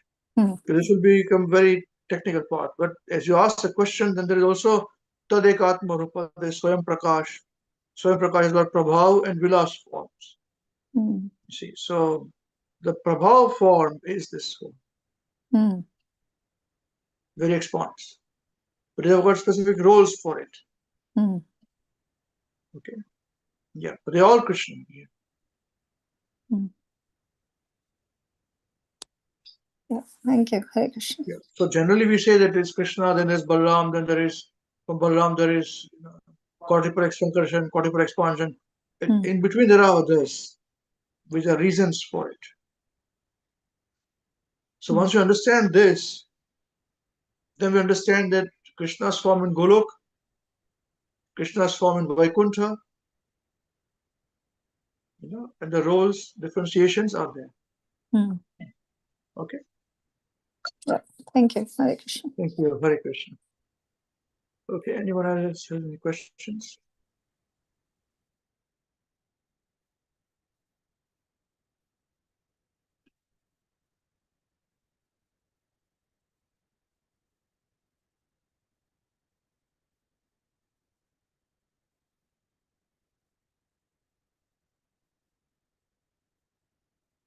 Okay. So these are the reasons why even when we go to dhams, it's always important to go with somebody who knows a little bit more, of it. And again, when we go to some other particular places, you don't spend too much time there, although you want to. The samadhis and all those places are very, very pure, because they're always constantly thinking about Krishna. And we just take blessings, take the blessings, and we chant them sometime, serve and go, rush, in and out. So it's a very good to be in a pure, our thinking should be pure like this, not imposing. Yeah. Yeah. Okay. Why? Anyone else has any questions?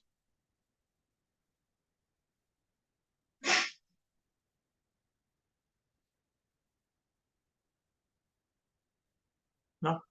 Okay. Whose turn is it to sing Maharaj? Maharaj, please hear us today. Hare Krishna. Hare Krishna. It's Dolly Mataji's birthday today. Oh, today? Yes. Okay, So okay. we should wish her. Oh, you have to wish her then. You should wish her. But she's not there. She switched on the camera, she's gone away. Now she'll switch on the camera. That's not right.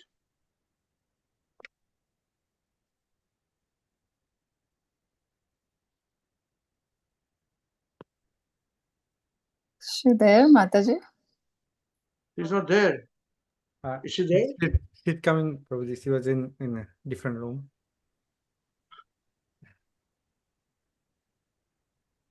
Well, Sorry, Hare Prabhuji. I yes, was ma'am. Prabhuji. Sorry, we just shifted yesterday, so I was just doing the covered and listening. Okay, okay. Oh, well, Hare Krishna will sing happy birthday to you because it's on the day. So it's very nice. Okay, everybody can please turn on your microphone and let us all sing together. 1, 2, 3. Happy birthday Birthday to to you. you. Happy Happy birthday birthday. to you. Happy Happy birthday, birthday, dear Dolly Dolly Mataji. Mataji. Happy Happy birthday birthday To to you. you, Hare Hare Hare Krishna Krishna. to to you. you. Hare Hare Krishna Krishna to to you. you. Hare Hare Krishna, Krishna. Hare Hare Krishna, Krishna. Hare Hare Krishna Krishna to to you. you. May May you May you you never never never be be be born born born again. again. again. May May you you never never be be born born again. again. May you May go you back go back to to Godhead. Godhead. Hare Hare Krishna Krishna to to you. you. Hare Haribol, Bol. Hare Haribol, Bol. Hare Haribol. Bol. Dolly Mataji ki jai. Jai, Hare Krishna. Happy Hare birthday. Krishna. Okay, happy birthday to Mataji. Hare Krishna. Thank you so much for this beautiful wishes, Prabhuji. Thank you very much, all the devotees. Hare Thank you. Krishna. Okay, Hare Krishna. So whose turn is it to sing? Maharaj, Maharaj, please hear us. Hare Krishna, Prabhuji. It's Hare my. Krishna Subhadra ji आपका turn है आज. Yes, Prabhuji. Very nice. कैसे ठीक है आप? I'm kind of good. I've just got a bit of a cough. You got a bit of a cough. Oh, अच्छा अच्छा. ठीक है तो आप गा पाएंगे फिर आज? Yes, Prabhuji. ठीक है चलो गाइए. 1, 2, 3, start. Maharaj, Maharaj, please hear us. Maharaj, Maharaj, please hear us. We have learned some real good stuff. We have learned some real good stuff. Maharaj, we have learned one thing. Maharaj, we have learned one thing. And today for you we will sing. And today for you we will sing. If our room is clean, If our room is clean, then our mind is clean. then our mind is clean. If our mind is clean, If our mind is clean, then we can do anything. we can do anything. If our room is dirty, If our room is dirty, then so are we. then so are we. And if we are dirty, And if we are dirty, we're not happy. we're not happy. Wasting time. Wasting time is the greatest crime. is the greatest crime. Because wasted time. Because wasted time means a wasted mind. means a wasted mind. So best use your time. So best use your time when you're in your prime. when you are in your prime. And your whole life. And your whole life will be sublime. will be sublime. If your wealth is gone. If your wealth is gone, then there is nothing wrong. then there is nothing wrong. But if your health is gone. But if your health is gone, then that's a different song. that's a different song. If your characters die. If your characters die, then the world will cry. then the world will cry. Only saintly behavior. Only saintly behavior lets humanity thrive. lets humanity thrive. Krishna Krishna, Hare Hare, Hare Rama, Rama Rama, Hare Hare. Hare Krishna, Krishna Krishna, Hare Hare. Hare Rama, Rama Rama, Hare Hare. We must always remember Krishna. We must always remember Krishna and never forget him too. But how are we to practice this with so many things to do? But how are we to practice this with so many things to do? That is the greatest question. That is the greatest question. And here's the greatest clue. And here is the greatest clue. You must learn to work so nicely that Krishna remembers you. You must learn to work so nicely that Krishna remembers you. Listen very closely. So listen very closely And make your thinking sharp. and make your thinking sharp. So now you can live and work so Krishna won't depart. Let's learn how we can live and work so Krishna won't depart. If something's due tomorrow, If something's due tomorrow, finish it today. finish it today. Whatever's due today, Whatever's due today, do it now, don't delay. do it now, don't delay. Your friends might be lazy Your friends might be lazy or doing bad things, or doing bad things, but you think again. but you think again. Don't follow them. Don't follow them, And you'll win in the end. and you will win in the end. But we're given. Whatever work we given, We do our very best. we do our very best. What we need and give Krishna the rest. We only live with what we need and give Krishna the rest. This is how to live, to work and to play. You learn to live this way, you'll see Krishna every day. This is how to live, to work and to play. You learn to live this way, you'll see Krishna every day. And when time is up, he'll take us up above. We'll sing and dance with him with a heart full of love. When our time is up, he'll take us up above. We sing and dance with him with a heart full of love. To chant Krishna's name, his glories and his fame, the only way this world will ever become sane. So chant Krishna's name, his glories and his fame. The only way this world will ever become sane. Now please ask this greatest question. Now please ask this greatest question And find this greatest clue. and find this greatest clue. You can only remember Krishna. You can only remember Krishna If Krishna remembers you. if Krishna remembers you. Krishna Krishna, Hare Hare, Hare Rama, Hare Rama, Rama Rama, Hare Hare. Hare Krishna, Hare Krishna, Krishna Krishna, Hare Hare. Hare Rama, Hare Rama, Rama Rama, Hare Hare. Jai. Jai Holiness Srila Mahavishnu Goswami Maharaj, Srila Gurudev ki Jai. Jagat Guru Srila Prabhupada ki Jai.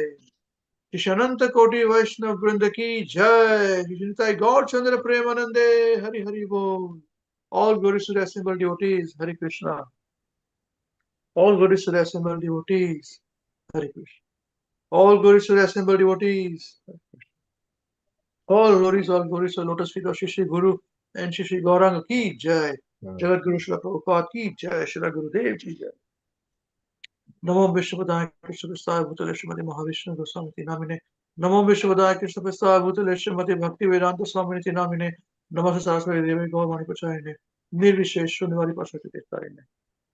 Okay, Hare Krishna. So, Krishna willing, we'll see you next week, same place, same time. Till then, chant Hare Krishna and be happy. Hare Krishna. Hare Krishna. Hare Krishna. Thank you, Prabhu. Krishna devotees. Thank you very much. Who's there? Thank you, Prabhu. Hare Krishna. Hare Krishna, Hare Krishna, Krishna Krishna, Hare Hare, Hare Ram, Hare Ram, Ram Ram, Hare Hare. Hare Krishna, Krishna Krishna, Hare Hare, Hare Ram, Hare Ram, Ram Ram. Hare Krishna, Krishna Krishna.